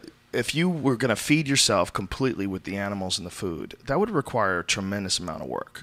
You know, the people that sell vegetables and actually run a farm or a dairy farm or something along those lines, that's an incredible amount of work. People who actually know folks that actually have a family farm, that's an incredible amount of work. That's even more. But just to feed yourself and your family, it's going to require several hours every day, many hours every day. Taking care of the animals, feeding them, cleaning up. Yeah, animals definitely. Yeah. Dealing with, setting up whatever the fuck you have around your vegetables, whether it's fences or this or that, or keeping your irrigation going, keeping your watering going, dealing with fucking pests, little fucking things that start eating your food. You can actually purchase. They're pretty cool. I think they're hydroponic. I might be using the wrong word. Hanging gardens. So they have these plastic containers that hold the various plants, and it actually hangs down the side of a door, almost like a shoe holder. And then there's an automated water system that you can time, so you can leave and go away for a day or two, and it just grows these plants effectively vertically, which is super, super cool. And then they get to a certain size and you have to plant them? Get to a certain size and you can eat them. Really? Yeah, you don't even need to plant them. Wow. That's super cool. Do they run on power? Like, what kind of power is it? Yeah, you would plug in, if you have the timed and automated watering system, then you'd plug it in. See, that seems to me like it's at least slightly defeating the whole purpose of the whole thing if you need the fucking electricity to be on. Well, right, yeah. You know? I think this is more for the aesthetic of having plants on your door. Yeah, well, it's pretty dope if they can keep the power on. But if you don't keep the power on, then all that means is you have to water the plants, which means you better have some goddamn water if your water system, if your municipal water goes out. Yeah, no shit, man. You have to have like a well system. Or just go buy, I mean, for instance, in the basement of my apartment right now, I have, I don't know what it is, like 40 gallons of water. Don't tell people, dude. They'll come looking. I have 5 guns. I'll try shoot to get it. You'll shoot them for your water. Wow. Tim Ferriss, murder's thirsty guy. I have like 7 of those Arrowhead tub water things. If people, if smart. After 3 days of no water, people will start looking for water. Oh yeah, and it's not like I'm saying I expect that, but here's the thing. I like target practice. I have ranges near my house. It's fun to do. Having a firearm as worst case scenario insurance in a location where a 7-point or higher Richter scale earthquake is 80+% probable in the next 15 years. Is that real? 80%? So 70% plus a few years ago, and I think that has since gone up because on the Ring of Fire we had Japan, New Zealand, and I think the odds just improved. What's the deal with those dudes who find wells with a divining rod, the dowsing, a stick? I think it's dowsing? Is that what it's called? Yeah. What's a divining rod then? What the hell's that? Divining rod, I believe, is where you hold onto the fork of a stick that looks almost like a slingshot. So you hold onto the top of either end of the Y, and then you're supposed to get steered by the end of it. Oh, so dowsing is the use of a divining rod. That's what it is. I believe so. Yeah, and there's another method where they have 2 sticks that are shaped like L's, and they hold them in either hand upside down, and then when they cross, that's supposed to indicate. How the fuck could that be real? I don't know. It's like that game where you play like your 3-card Monty. No, where you have the spirits where you're Ouija boards. Yeah. So I will say this much. I do think there are things like that are not unexplainable but are yet to have been explained, and I say that partially because I've seen some pretty weird shit. Even at a lot of people don't realize this, at Princeton University before. I think this ended 2000, 2001, but one of the reasons I went there as an undergrad is because they had something called the Scientific Anomalies Laboratory. And this is where, among other organizations, several branches of the military funded research into things like remote viewing, which is basically scientifically controlled clairvoyance, where you have a transmitter and a receiver, and they use like double-blind protocols to see if it is possible to report images back from one location from one person to another. And they had some, and then to validate whatever, or to design the studies and then analyze the data, they had some of the world's top mathematicians and statisticians supervising this stuff. And Professor John, Jahn, who ran, I believe that was his name, who ran this laboratory, and I went down, I was a test subject. I didn't have any X-Men-like powers, sadly. Who supervised this, did this closing presentation when the lab was being wound down due to lack of funding, and he presented some of his findings. And he basically said, if you look at the statistics, like all of this stuff has been validated, but it will never be accepted because of A, B, and C. And what was really trippy about the remote viewing, right? So in the remote viewing protocol, one of them, they would have, let's say, 3 or 4 envelopes. The transmitter would choose one. They would leave, get into a car with the supervisors, the experimenters, and then open the envelope, find GPS coordinates, and go to that location. And that's where they would transmit from. And what they found was, for one of the locations, the drawings that came back, and there were better. Some people were better at receiving than others. The drawings all looked very, very similar, but they didn't resemble the gas station where people were going. And then they did research on the location, and they found out they were drawing barracks that had been there like 120 years earlier. Whoa. Trippy. really, really, really trippy shit. So I don't know about the dowsing rods. Say if you wanted to set up an experiment today with remote viewing, are there experts that you would go to that are the bad motherfuckers of remote viewing that you really think could replicate something scientifically, like for a television show or something like that, if they were under the gun? That's a good question. I don't know. I honestly think that these types of abilities are at some point going to be as analyzable as like shooting 3-pointers or looking at the top UFC fighters and like, okay, we're going to look at the fiber composition of like a GSP and Anderson Silva. I think at some point it's going to be like, oh, like Johnny's really good at remote viewing because he has the blah, blah, blah in his like substantia nigra. Yeah, he's got like some fucking the TH374 gene is turned on. Oh, of course. And so there are some people who appear to be better than this than others. But just to touch on like the Ouija board and fucking tarot cards and all that shit, I think that I don't place any power in the tools themselves. I think there are people who have abilities who then use those tools to explain their abilities. It is an outlet for their abilities. I've just seen way too much weird shit, man. Like, what have you seen that's verifiable? What have you seen verifiable? That you could, nothing. Like that's the no. I know. But Damn. like, I want this to all be real. The verifiable stuff, I would say, is look at research that's been done by, I think it's Sarnoff International. There are a bunch of defense contractors who have funded this kind of stuff, and also look at try to find stuff on the Scientific Anomalies Laboratory. Should I watch The Men Who Stare at Goats? I've wanted to see that. I haven't seen it. I haven't seen it either. It sounds great. I heard it was very funny. Isn't it Coen Brothers? Is it Coen Brothers? Yeah, I've heard it's very funny. With Clooney, right? Yeah. Yeah. I've heard it's very funny, actually. I can't believe I haven't seen it now that I think about it. So there's nothing that you can, like, no studies that you can point to that definitively have proven it, but do you maintain that it's possible, or are you a believer?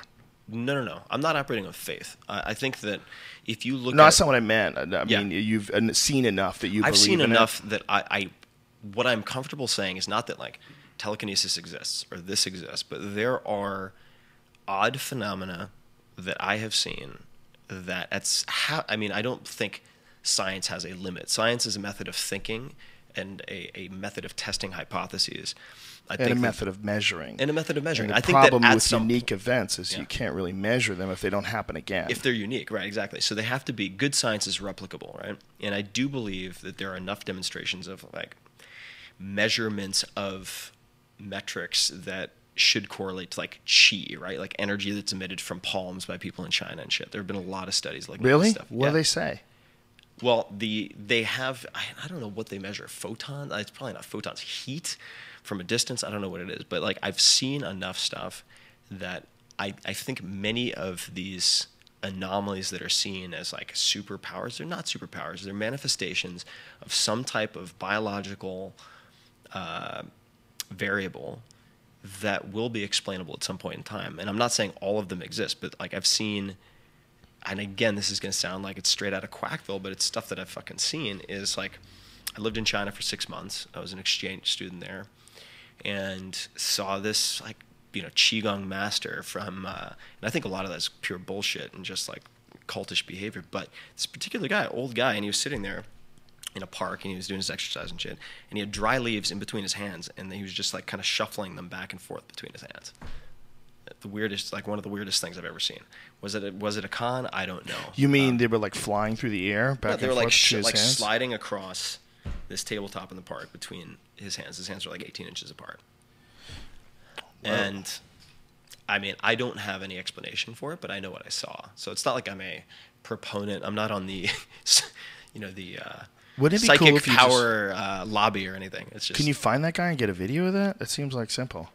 Like, hey, dude. Yeah, I mean, you can get do that leaf thing. Well, again. there are videos of all sorts of weird shit, and most of it's BS. But anyway, but you saw a guy really do it. Yeah. You believe a guy can really do that with. Well, I know what I saw, and to me, I mean, how far away were you? There's magicians everywhere. I was like 4. Oh, that's just that one. No, I know. And here's the thing, right? Like, there's some really brilliant ways to con. So it's like that could have been a con. God knows that China's full of cons. I mean, like, oh yeah, really? Sure. I mean, if you're in Beijing, like, you'll have art students come up to you, like, every 10 minutes to sell you their unique pieces of artwork, and they're poor and they could really blah blah blah. Porn? No, artwork. Oh, they're poor. They're poor. I thought you said they're porn. I'm like, No, they're selling you their porn in Beijing? No. Let's go. They're poor. I mean, there are tons of scams in China, so who knows? But what I would say is, in the research for, let's say, the 4-Hour Chef, because it's kind of a book on learning. It's a book on accelerated learning, not just on food. But I met people who could memorize a shuffled deck of cards in like 43 seconds, right? Or somebody who can learn a language like Icelandic well enough in 7 days to go on TV and be interviewed. So to me, if that is within the realm of possibility, or training yourself to memorize 10,000 numbers, like something like moving the leaves between your hands is not like beyond belief for me. Right. It's not. I don't see any reason why it should be impossible. I don't know. Call me So nuts. you'd be able to push some energy from your hand that would make light things move back and forth. Very, very. Yeah, sure. I mean, things that aren't heavy. and again, it's like there's been no physiological evidence to demonstrate that is possible up to this point, but there are lots of things that seem impossible that have been certainly observed, whether it's through looking at like theoretical physics or looking at applied physics for that matter. I mean, there are plenty of things that were thought impossible that are just not. So you think that you believe that there has been studies that have shown that people can generate certain amounts of energy with their hands? What studies? No. I'm not saying any of this. But you said stuff it's measurable. Is it measurable? There have been studies done in China and elsewhere looking at qi, so the potential measurement of qi specifically. How did they do that? How do they memorize? I don't know the exact tools they're using for measurement. And again, I'm not saying like I am standing for. Right. I know. No, I know what you're saying. You're saying like that there are people. The world is weird. The weirdest world, and the problem. The weirdest world. Is that what I said? Yeah. Nice. I wonder what's in my. Whoopsies. I need some modafinil. I blame the weed. I need some Provigil. So the what did I say? The weirdest world. Yeah, the weirdest world. The weirdest world. The world is weird. That's what I'm saying. You're not saying necessarily that you believe. You're saying that there's so much weird shit that is real that you leave open the possibility that a guy could have some strange telekinetic control over matter. Yeah, and for instance, I mean, you need for something to be scientifically verified with, let's say, statistical validity, whether it's through this number of subjects, the number of n, or you just have such a magnitude of change that like the p-value, meaning the probability of it being a random event, is less than 5%. To do that, you need tools for measurement. And it's naive to think that we have created all the tools for measuring all things. We haven't, right? That's why, for instance, people try to isolate nutrients get themselves into trouble, because they'll say, okay, beta carotene is good for you. This was true like 15 years ago, and then people eat a ton of beta carotene, they get sick. Why? Because they're not consuming it with naturally occurring cofactors that they couldn't isolate. And so you have to be, science, among other things, is a game of measurement. So I think that as the tools get better, for instance, right now I'm actually involved with and partially funding studies at UCSF, the University of California at San Francisco, in their neuroimaging lab, where for the first time they're able to do a couple of very interesting things, like take a functional MRI machine and use it in the same room at the same time as an EEG, which is actually a really tough problem because these fucking magnets will pull shrapnel out of your skull. I mean, they're really strong magnets. You have to be careful. And they're able now, using like even retail products like the Connect and whatnot, to look at how you can reverse symptoms of dementia potentially. Like, how do you train someone's brain to go from resembling that of a 60-year-old to that of a 20-year-old? And the better the tools for measurement, the more precise you can be. The more precise you can be, the more specific the protocol is that you can use. And it's fucking amazing. Like, there's stuff going on right now that is going to just turn things upside down when it comes to like training mental performance and reversing the symptoms of age from a cognitive standpoint. So for me, it's just like, God, like as we follow Moore's law and technology gets smaller and faster exponentially, I mean, there's certain heat issues when you get to a certain size, but like the tools we're gonna have for measurement in 5 years are gonna be like Ray Kurzweil land. Like shit. So we're gonna be able to isolate all cofactors involving in nutrition, cellular development, the evolution of the genetics. We're gonna have all that mapped out. A lot of it. I mean, I think the rate of progress is going to increase. How could it not? Really dramatically. So we won't have it all figured out, but do you think we'll get to the point where we create an artificial person? I think we'll absolutely get to the point where we get where we're able to create an artificial person that tricks most people, I think that's going to happen sooner than people expect. That's going to be so fucking weird. Yeah, I mean, it's like the Turing test, right? So, and somebody could call me on this if I'm fucking it up, but I believe the Turing test was having effectively a chat communication between a real human and a computer, and having that computer trick the human into believing that it is another human. And I think the more interesting Turing test is when you get an artificial human sitting across from you who tricks you, fools you into believing that it's another human. And I don't think, I mean, maybe I'm in my own sort of echo chamber living in Silicon Valley, but just seeing how quickly things are moving and how quickly things are getting quicker, I'd be surprised if we don't hit that point in 5 to 10 years. I'd be super surprised. It's amazing when you really stop and think about what lies ahead. We are so far away from the reality that existed when I was just in high school, which is 20 years ago. And to look at the future and look at what lies 20 years ahead from now, it's almost unrecognizable. Things are going to get so strange. Yeah. Well, if you think about the movie Minority Report, right? So Minority Report was made, what, like 10 years ago? And like all of that technology, and I think that was supposed to take place like 20 years from now or whatever it is, like that stuff's going to exist. All of those screens that you can move with your hands and everything. I mean, that's going to be widespread in the next 2 years probably. And yeah, that's that's like that Microsoft Surface thing. It's very similar to that. We're running ahead of schedule, like where things are running ahead of schedule. And people give so Ray Kurzweil is I'm not sure if you know who that is, but he. Oh yeah, sure. Yeah, all right. So people. Yeah. Because of some of his beliefs, and I think that a few of his conclusions are clouded by the fact that he fears mortality and wants to bring his dad back to life and things like this. But he's a brilliant guy with an excellent track record of prediction. So when he says, like, we're going to have nanobots that you swallow and they like are able to diagnose all your issues and fix all these problems, I don't think he's that far off with most of it. I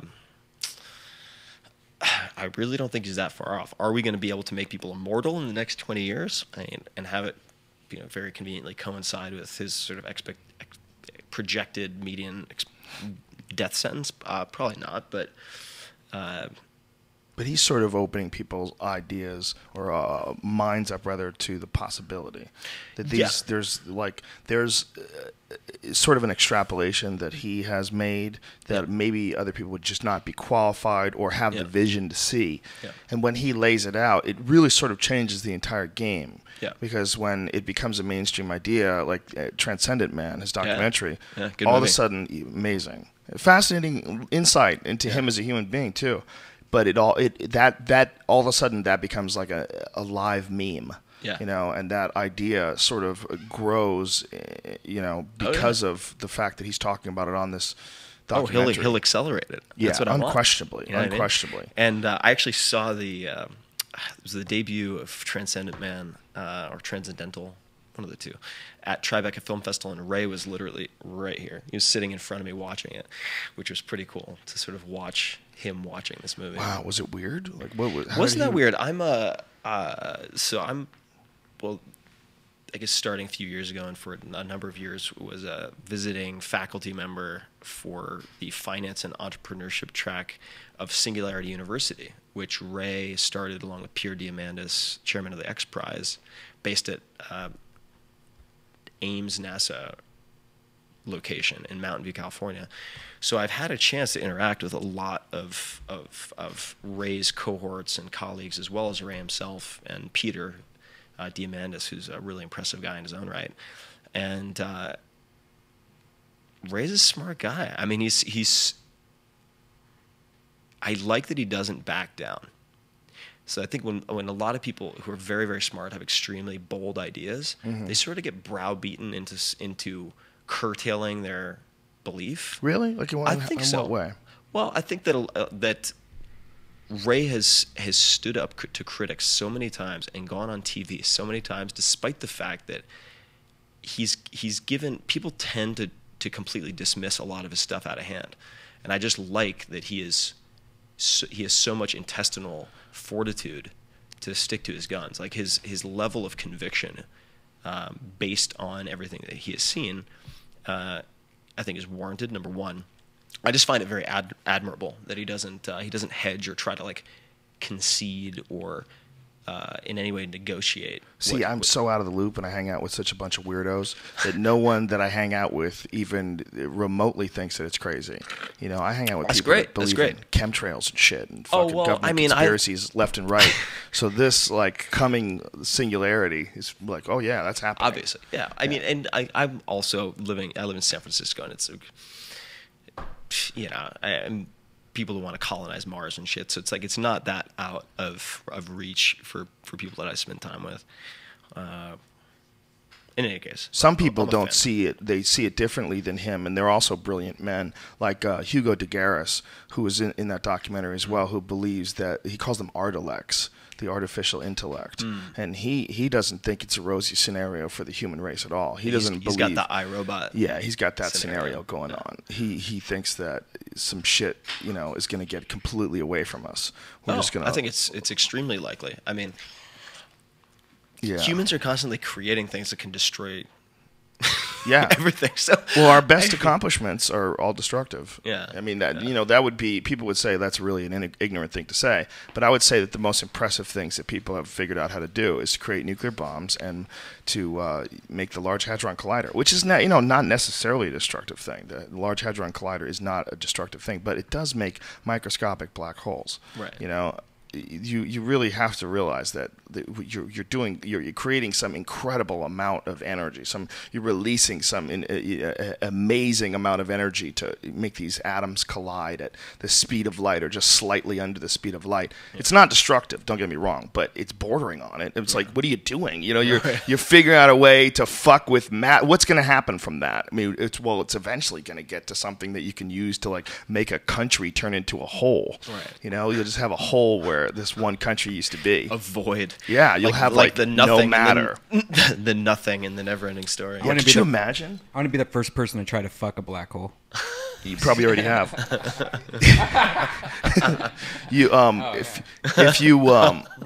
If you can conceive of the idea of someone dropping an atomic bomb on a city full of people that had nothing to do with the conflict and really had no choice whatsoever in where they were born, which is exactly what we did in the 1940s in Nagasaki and Hiroshima.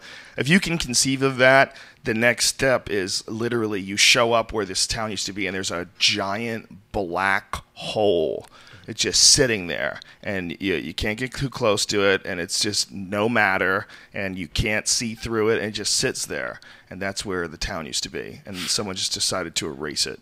That's not outside the realm of possibility. A nuclear bomb itself is fucking bananas. That idea is crazy. Yeah. You could figure out a way to harness the very power of the sun itself and drop it on a city, and instantly make 500,000 people just disappear. Yeah. You could do that. You can come up with the next level. The next level shit's going to be even nuttier, and that's the forefront of our capabilities. And of course, it's like distribution of information and beautiful things that have come from, you know, medical innovation and, you know, the scientific understanding of the world, the universe we live in is beautiful and it helps the growth of the human being. But at the end of the day, what we really like doing is figure out a way to fuck things up with like extreme efficiency. Yet a lot of that is like the potential of like an accidental black swan. Like, oops, like we thought we were going to do this, but now we have a black hole over Toledo. Oh yeah. And then there's the all of the stuff behind the scenes that people don't see, where there are very competent people who are very deliberately trying to destroy things. So you think? Oh, I don't think. I mean, I have friends who are on deployments to different places, and they're like, oh yeah, we just got a biotech terrorist with a PhD from like brand name university in the U.S. in Yemen who's trying to build a dirty bomb to like explode over the Great Lakes using a blah blah blah, and we're just like, whoa, fuck! Like the number of times. So do you subscribe to the idea that that's what's going on with the United States government? That's why it's trying to clamp down on personal liberties and freedoms. It really is to protect people because there's so much shit going on that we don't know about. I would love if that was true. Yeah. If there's so much shit going on that we don't know about, that they have to. It's not like they want to read your email and find out who you're sending dick pictures to. What they want to do is make sure that no one's making a fucking dirty bomb. And there's only one way to really do that is to monitor everybody's email and look for certain words. But then you're going to arrest Brian because he'll call a girl and like, I'm going to leave a dirty bomb in your mouth. And then, boom, next thing you know, you're in jail. I think there's a fine line between the two. I mean, I think that once you sort of set the juggernaut in motion for like constant surveillance and warrant-free wiretapping and whatnot, that it's a fine. I think it's very hard to not have the two go lockstep, hand in hand. The other issue is human beings, whenever they have power over other human beings, they abuse it. You can go back to the Stanford prison studies that they did where they were trying to, Stanford was, they got students to pretend to be jailhouse guards and prisoners. And they had to stop the experiments really quickly because people all immediately started abusing each other. And that's... it was supposed to go on for something like a week or 2 weeks. They canceled it, I think, after 48 hours. And the problem, one of the big problems with the idea of warrantless surveillance is that you're allowing people that are just regular folks to decide whether or not they should spy on people and whether or not they should take their information or whether or not they should fuck with their lives. You have no evidence whatsoever that they are enlightened, no evidence whatsoever that they're operating on a higher frequency, all with the good of mankind. There's no evidence whatsoever that government people are any different than regular people. And regular people are fucking crazy. And regular people are on antidepressants, taking sleeping pills, and drinking every weekend, and they're doing drugs, and they're all fucked up in the head, and who knows on what SSRIs they're on. That's everybody. That's a huge percentage of our population, including people in government. And we've seen with this General Petraeus thing, okay, that the people at the highest level of government, a guy who's the head of the fucking CIA, still can't keep his bitches in check. He's still got regular people problems. The guy still got, like, affairs. He's still got, this hot woman who's married, and this is going on the side. And these people, that's the CIA. They're allowed to, ironically enough, what I think is fascinating about this must allow the people at the highest levels of government to understand how dangerous this is, because the whole thing came about, like his exposure came about because the FBI was investigating the CIA. The FBI and the CIA don't like each other. Oh, it's so dirty. I didn't know that. Did you know that? Did you ever think that the FBI and the CIA didn't like each other? No. I have a friend who explained to me that the Navy SEALs and the Marines do not like each other. There's a lot of infighting. That shit is ridiculous. Ton of infighting. And you know what mildly don't like each other, or like want to kick each other's asses? Well, they play football against each other, don't they? Well, maybe it's that's an unfair question to ask because you're generalizing and lumping everybody into one group. But I mean, if you look at, let's say, the FISA bill, which Obama passed a couple of years ago, which effectively allows warrantless wiretapping, the response that people have, which I understand, which was a response I had for a long time, is I don't have anything to hide. If it keeps everyone safer, go for it. Right. The problem with that is when you have people in power like to stay in power. Obvious enough. When you have that type of warrantless wiretapping, who do you think are going to be the first people who get wiretapped? Every member of Congress. Sure. So all your opposition? How many people so what percentage of congressmen or congresswomen have dirty laundry? 100%. Everybody has fucking dirty laundry. I mean, it's easy enough to, Especially the old school people that have been around a long time. They were rocking it like pre-internet. If you want, like Teddy Kennedy, like you want to go to like to his past, like that, those guys like that, the fucking Newt Gingriches of the world, that they rocked it that way long before the distribution of information. So now that all this stuff is out and everybody's tapping everything, like, whoa. You see with the Petraeus scandal clearly mapped out the problem with this whole situation, because there is fucking no reason this should be news. There's no reason this should be investigated by anybody that's in any organization that's trying to stop crime, because there's no crime being committed other than, I guess, morals violations by the guy who's supposed to be, exemplary of the military's highest honors. Yeah, I guess you could look at it that way. But the reality is, there's no one's in danger. Like, why are you wasting resources on this fucking National Enquirer shit?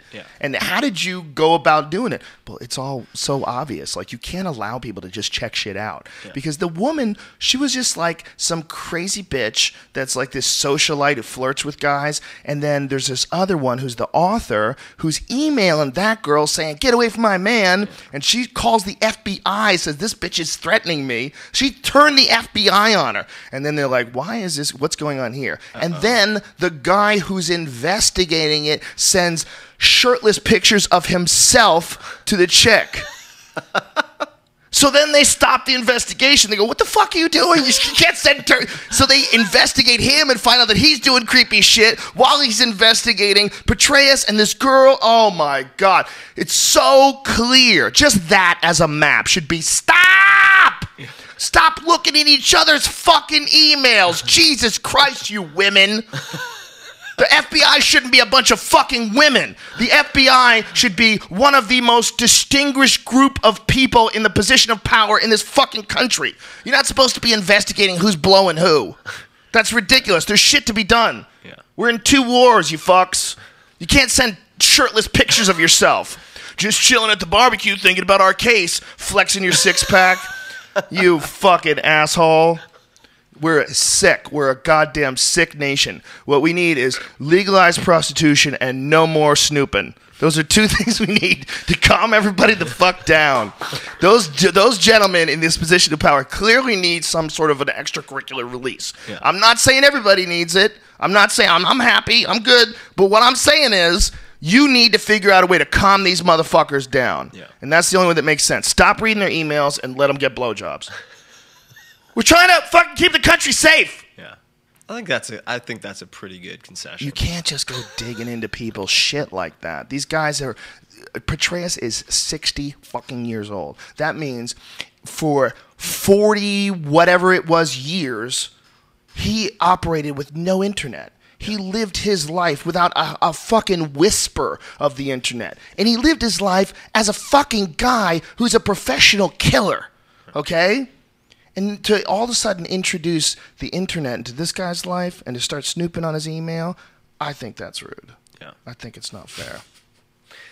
Those fucking guys, they better stop. They just got to stop this NSA thing that they're trying to do, where they're trying to make a database of every phone call you've ever made, every email you ever take, every text message you ever make. They're building some crazy facility in Utah where they can just record everything that gets done. Yep. Well, just in case. They need to investigate Tim Ferriss. He's making terrorist threats against the president. Let's see what he's been doing online. It doesn't even. Well, the scary thing is he's not making terrorist threats, but like Tim Ferriss is propagating a message that the powers that be disagree with. Yes. I mean, you get to like a West Berlin point pretty fucking quickly. Exactly. And, and people that think that's impossible because America doesn't stand. It's not. You're not dealing with America. You're dealing with people. Yeah, exactly. America is just an idea, and I love America. I love the idea, but I just don't trust people to be in a position of power. And neither did the people that fucking founded this country. That was the whole point. Yeah. The whole point. And we have slipped away from that to the point where now we operate under this semi-democratic situation where you kind of have a say but not really. Yeah. That's not cool. We're all adults. That's not cool. You don't have to do it that way. There's a really good movie. I'm gonna fuck up the name. I think it's Other People or Other People's Lives about West Berlin and their surveillance done in West Berlin. It's a fucking great movie. It's fascinating. But if people, I mean, look back to, not to dwell on this point, but it's like people should keep that potential in mind. It's not that long ago that we had McCarthyism. Right. And if you want to put McCarthyism on steroids, like have every phone call, every email that anyone has ever sent. Oh my Lord. Yeah. I used to think that we learn. But I think we learn and then we forget and then we have to learn again. I think we have these like cycles. It's like the coming and going of the tides.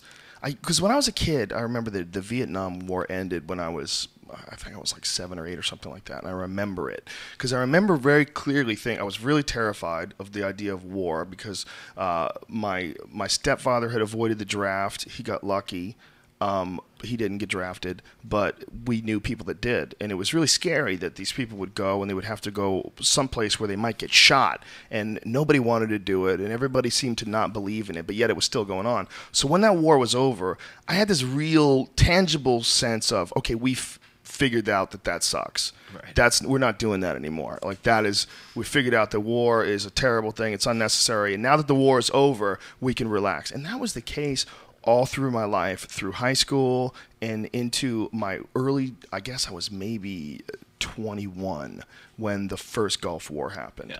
And I was living with my friend Jimmy DiTilio. We were living in Waltham, Massachusetts, and we were sitting in the middle of the living room watching the shit on TV because it was the first time they would show you these like night vision shots of these rockets flying through the air in this eerie green hue, and you're seeing all these explosions. And he just looks at me and goes, "Well, buddy, looks like we're at war."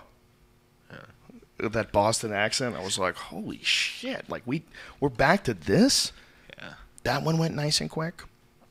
And then post September 11th, it's like the entire lessons of generations that had to go through World War II, Korea, Vietnam, those lessons were whatever the society learned from that, at least it was temporarily lost. Temporarily we lost our fucking minds. And now people are starting to come around to it again. And I'm hoping that the evolution that we make from this version of it will be more lasting because of the freedom of information, or the free ability to distribute information with the internet, that we can get it out a little bit easier this time. Yeah. Then we could say, listen, ladies and gentlemen, we're not saying we don't need government. We certainly do. We're not saying people shouldn't have laws that they abide by. They certainly should. We should have a nice, peaceful, I'm not saying you shouldn't make profit. You certainly should. What we're saying is you can't get crazy. You can't go nutty and not look at humans and not look at the human race as the most important thing. Instead, concentrating on money, concentrating on the extraction of resources from strange parts of the land that people aren't really paying attention to because it's not close by. So it's okay to kill people with robots that fly in the air. All of that is bananas. And it doesn't mean we can't keep a nice order in the world. We can, but we can't get too fucking crazy. Yeah. And I'm hoping that, I don't know if you agree with this, but that there's a sort of a wrestling match going on between the idea of an apocalyptic scenario that's human created and the idea of technology and understanding meeting somewhere in the middle and working it out. Yeah. No, I think that you have technology that's, I would like to think, human sort of self-interested rationality, but I don't know. You have the technology to solve problems, which is developing really quickly, and then you also have problems that are compounding, right? Just like money at a bank account. You have these problems compounding, whether it's climate change, explosive population growth in certain areas. And so it is a bit of a it's a race in a sense, and I don't know which side's going to come out in front. I mean, I'm very, very curious about population growth and how that population density and global travel and how that compounds the impact of something like avian flu or SARS or whatever. And it's like, at what point do we reach a population density where it is like the deer jumping in front of your car? Yeah. Where you just have such a high density of people that the inevitability of disease and rapid spread globally through air travel effectively just wipes out. And isn't that sort of the natural cycle of things, is that when there's an overpopulation, there's a correction. There's a correction. Yeah. God, it's fucking terrifying to think of the plague as a correction. Yeah. Pretty wild. And in any case, I mean, so I'm actually probably going to be getting a little bit of land in Utah. Don't tell people. Tell Ferriss to come to your house. Brian and I have been talking about Columbus. His mom's got a compound. We're going to move in with Mrs. Redban. I actually ended up visiting a couple of, from the last book, For Our Body had a number of hedge fund managers who basically want to be the guy from Limitless. Dude, we got to talk about this. I got to take a piss. Yeah. Talk to Brian. He's really all about Limitless. I will talk to Brian about Limitless, and then I will piss because I've also had like a gallon of water. We can all piss together, boys. We could do that.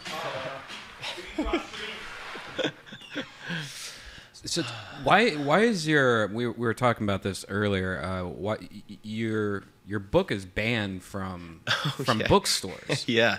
What's going on with that? Yeah. So the 4-Hour Chef is the first major book out of Amazon Publishing. So Amazon about a year and a half ago announced the launch of Amazon Publishing in New York City, which would be competing against all of the major publishers to recruit authors. Right. And that's really making everyone in the book industry extremely uncomfortable because Amazon's super ambitious and hyper confident and competent also. So the book is being banned as a result. The first time I'm aware of that book has been banned by all of Barnes and Noble, tons of indies. But do they even matter anymore? Because to me, I barely even see bookstores anymore. I mean, yeah. No, I'll tell you what I think the play is.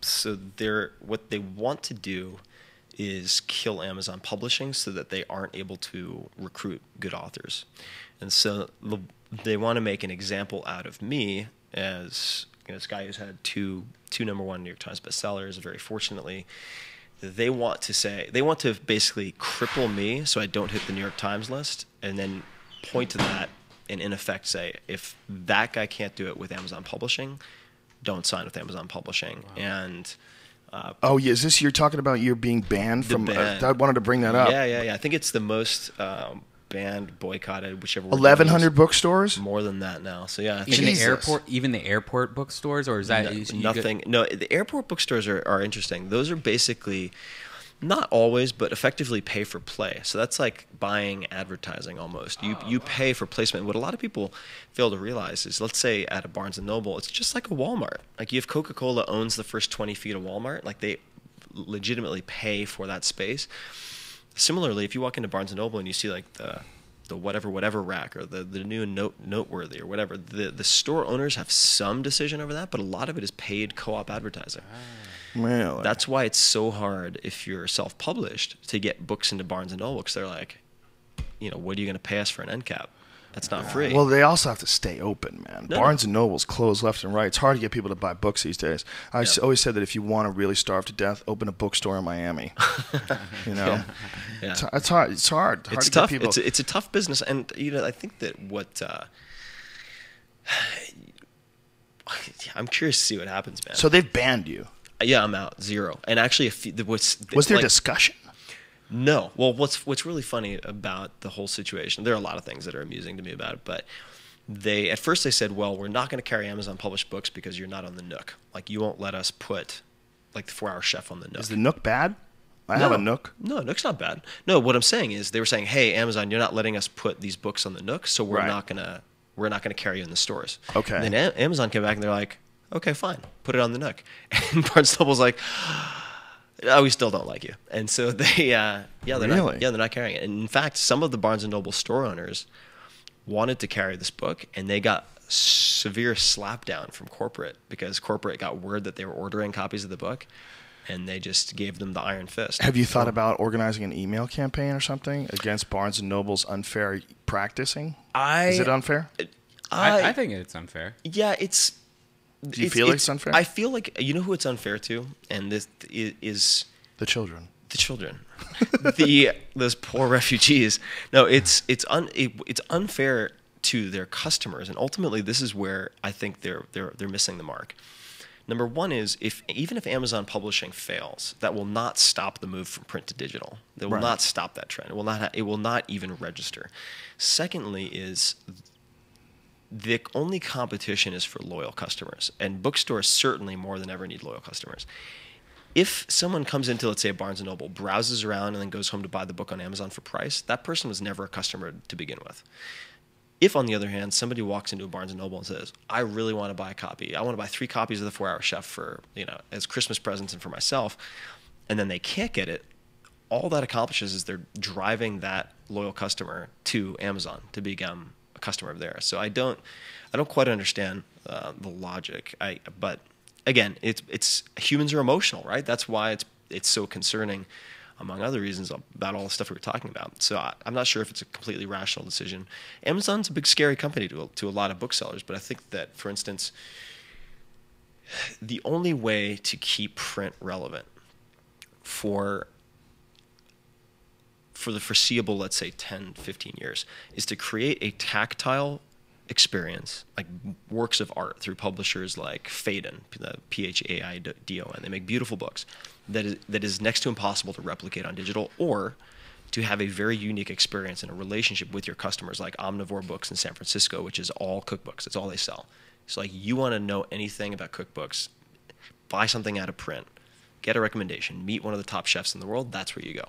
Really? That's a specialized sort of fucking store. It's cool. Yeah, there's one called I think it's Slotnick, Slotnick cookbooks in New York City. Same story. It's like the mecca of cookbooks. So you want to know something about that? That's where you go. And those businesses will continue to thrive. But it's like if you're competing against digital for price and convenience, it's going to be a pretty tough road. And but there are ways to counter it. So I mean, the only reason, if I wanted to just make more off of the book, I would have stayed with other publishers, quite frankly. But Amazon was interesting because I want to try new things, and I want to be allowed to try new things. Like I'm doing a content partnership with BitTorrent. I'm putting out like tons and tons, like probably well over a gig of free material and videos and all this shit on BitTorrent because they have 160 million users. And that's the kind of thing that Amazon will let me do, whereas others may not be so keen to let me. The other thing that people are talking about the distribution, and they're like, oh, well, what's Amazon going to do? The first thing, no publisher out there, I don't think any publisher except for Amazon in my case, would let me do a 672 full color book with thousands of photos. That is a fucking expensive book to make. I don't think anyone else would have let me do it. Why is that? I don't understand. Because the margins suck. It's a really, really tremendously expensive book, and because of the way the photographs, the print that it has to be on. Yeah, exactly. Like to create a really physical book, a really beautiful physical book, like a tactile experience. There just aren't many publishers who will do that anymore. And so, distribution aside, what's really, because I've been asked this, what makes Amazon interesting from the standpoint of a content creator is that if you look at almost any other publisher, Simon & Schuster, whoever, it doesn't matter, they do not have any direct connection to their readers. They sell to the head buyer in a category at Barnes & Noble. They sell to the head buyer at a category at Books A Million in the middle of the country. But whereas Amazon, I mean, I use Amazon Prime. Amazon probably knows me better than I know myself in a lot of ways. Like they have such direct access to tens of millions of customers. It just makes it really attractive as an experiment. Whether it'll turn out, like who the fuck knows? We'll know at the end of next week. But that's it's a really interesting scenario.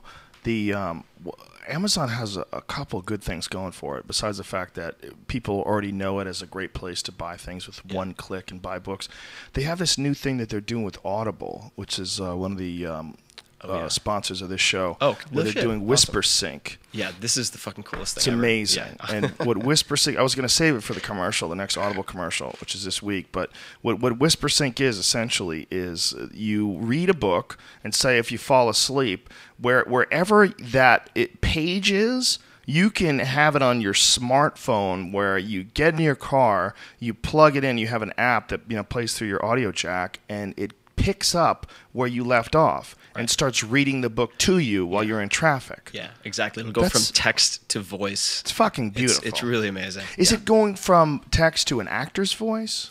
Right, so it'll sync, like if you're reading a book in bed and then you get in your car to go to work and you have the audiobook version, then it'll pick up where you left off reading it. So do you have to sync it from your Kindle to... I think it does it as long as you're connected to Wi-Fi or 3G, it syncs automatically. And it syncs to your phone. It's wild. And then your phone knows what's up when you get in the car. Or whatever, yeah. That's ridiculous. The government's going to know. They're going to know what page of 50 Shades of Grey you've paused and masturbated on. So it's actors that read it, or is it computer that reads it? Do you know that? My understanding is that it syncs with the point in the book that they have voice actor is reading. Companion audio, right? So audiobook. Yeah, if you buy an audiobook on Audible, and then because it's owned by Amazon, and then you're reading on your Kindle, let's say the next chapter, you get in your car to listen to it, and it will continue where you left off in the book reading. That's incredible. Cool. Yeah, it's wild. Yeah, here's the answer. It's only on the Kindle Fire HD and the Kindle Fire. There's two of them, the 8.9 inch and the 7 inch. The second generation ones, it's a professionally narrated audio book. Amazing. Yeah, it's pretty cool. Yeah, that might actually get people to start like reading books more and learning some shit. Yeah. That's the future. But it sucks that Barnes & Noble is trying to keep you out. Yeah, I mean, they really need me to fail. So if I succeed next week, they're going to have a big world of trouble. They're so silly. Just sell the fucking book. Yeah. Stop being bullies. Yeah, I mean, they're really being bullies. And the thing is, I've had the prior two books, very successful. They're picking the wrong guy to make an example of. Yeah. Your books are New York Times bestsellers. #1 New York Times bestsellers. Suck it, Amazon. Or Barnes & Noble. Suck it, Amazon, too. Suck it. I'll suck Amazon for you. Suck Barnes & Noble. Come on. Barnes & Noble, get it together. That's ridiculous. Yeah, it's silly. So, yeah, it's going to be a dogfight, though. So we got some – I could actually give you a scoop on some stuff that's happening next week. But so, for instance, nobody knows this yet. Uh-oh. Buckle up. Yeah, no. This Do you have a breaking news sound? I do. Yeah, so – Do you really? Yeah. You have a breaking news sound? Yeah. Ready, go. I have to find it. Oh, well, come on. Semi-breaking This news. was one of those fucking morning zoos. That's not breaking news. Oh, that was good. That was pretty good. Damn good. That was worth the wait. So, what do you do when you get banned by bookstores? Well, you open your own bookstores is what you do. So I am actually going to be taking an outlet. I'm partnering with Panera Bread. Oh, wow. Which a lot of people don't realize. Panera has 2,000 locations in the U.S. And I'm doing a pilot starting, what's tomorrow? Monday. Tomorrow. In New York City, people will be able to buy the 4-Hour Chef at retail at all of the the 4 main Panera locations in New York City. Interesting. That's so a like great how idea. Starbucks sells CDs now? Yeah. Exactly. And that's a new thing, man. I think that's the way to go. Yeah. Like that's a perfect place. Starbucks and Yeah. Panera Bread. Yeah. And they're also going to be at the same time piloting. So Panera, right? Bread, pan, right? They're going to be piloting a slow carb diet hidden menu, which is from the 4-Hour Body stuff. So if you want to actually effectively eat paleo or eat slow carb and lose fat, now you can go to this place that's known for bread and actually get a slow carb meal, which is pretty cool. So I'm going to do both those simultaneously. That's amazing. Yeah. How do you feel about seeing now? There's so much awareness for the content of food now. You see grass-fed meat everywhere now. It's part of the vernacular now. Mm-hmm. This didn't exist just 5-6 years ago. I think it's a great thing as long as the labels are policed to some extent, so that assholes don't come along and start mislabeling things purposefully, which happens all the time. But I think it's a great thing, and one of the goals that I have is to sort of create a super trend of about 20 million people who simply think about, let's say, purchasing food for breakfast differently or dinner differently. And if you can create a super trend by getting roughly that number of people to change a certain buying habit, then I think that this country can really turn towards more of this smaller producer, many suppliers versus monolithic industrial producers. And once you do that, once the money is there, the supply will generate itself. It'll be commercially viable for people to do more of this grass-fed stuff, which we already see coming. It's just I want to stick kind of a Archimedes lever in the whole thing and fucking blow it up, which is part of what I hope to do in the next, 12 months or so. How much different would communities be if every neighborhood had a little mini farm? Yeah. Yeah, exactly, like a shared garden or a co-op garden. And we all sort of chipped in, and everybody had responsibility, like neighborhood watch type thing. Yeah, and it's not that far-fetched. It's not that far-fetched at all. Well, the problem with cars is that now we don't have communities anymore. I don't live near any of my friends. I've been trying to get everybody to move near me. That's not working. We're going to have to buy land somewhere. But I thought, how great would it be if I lived in the same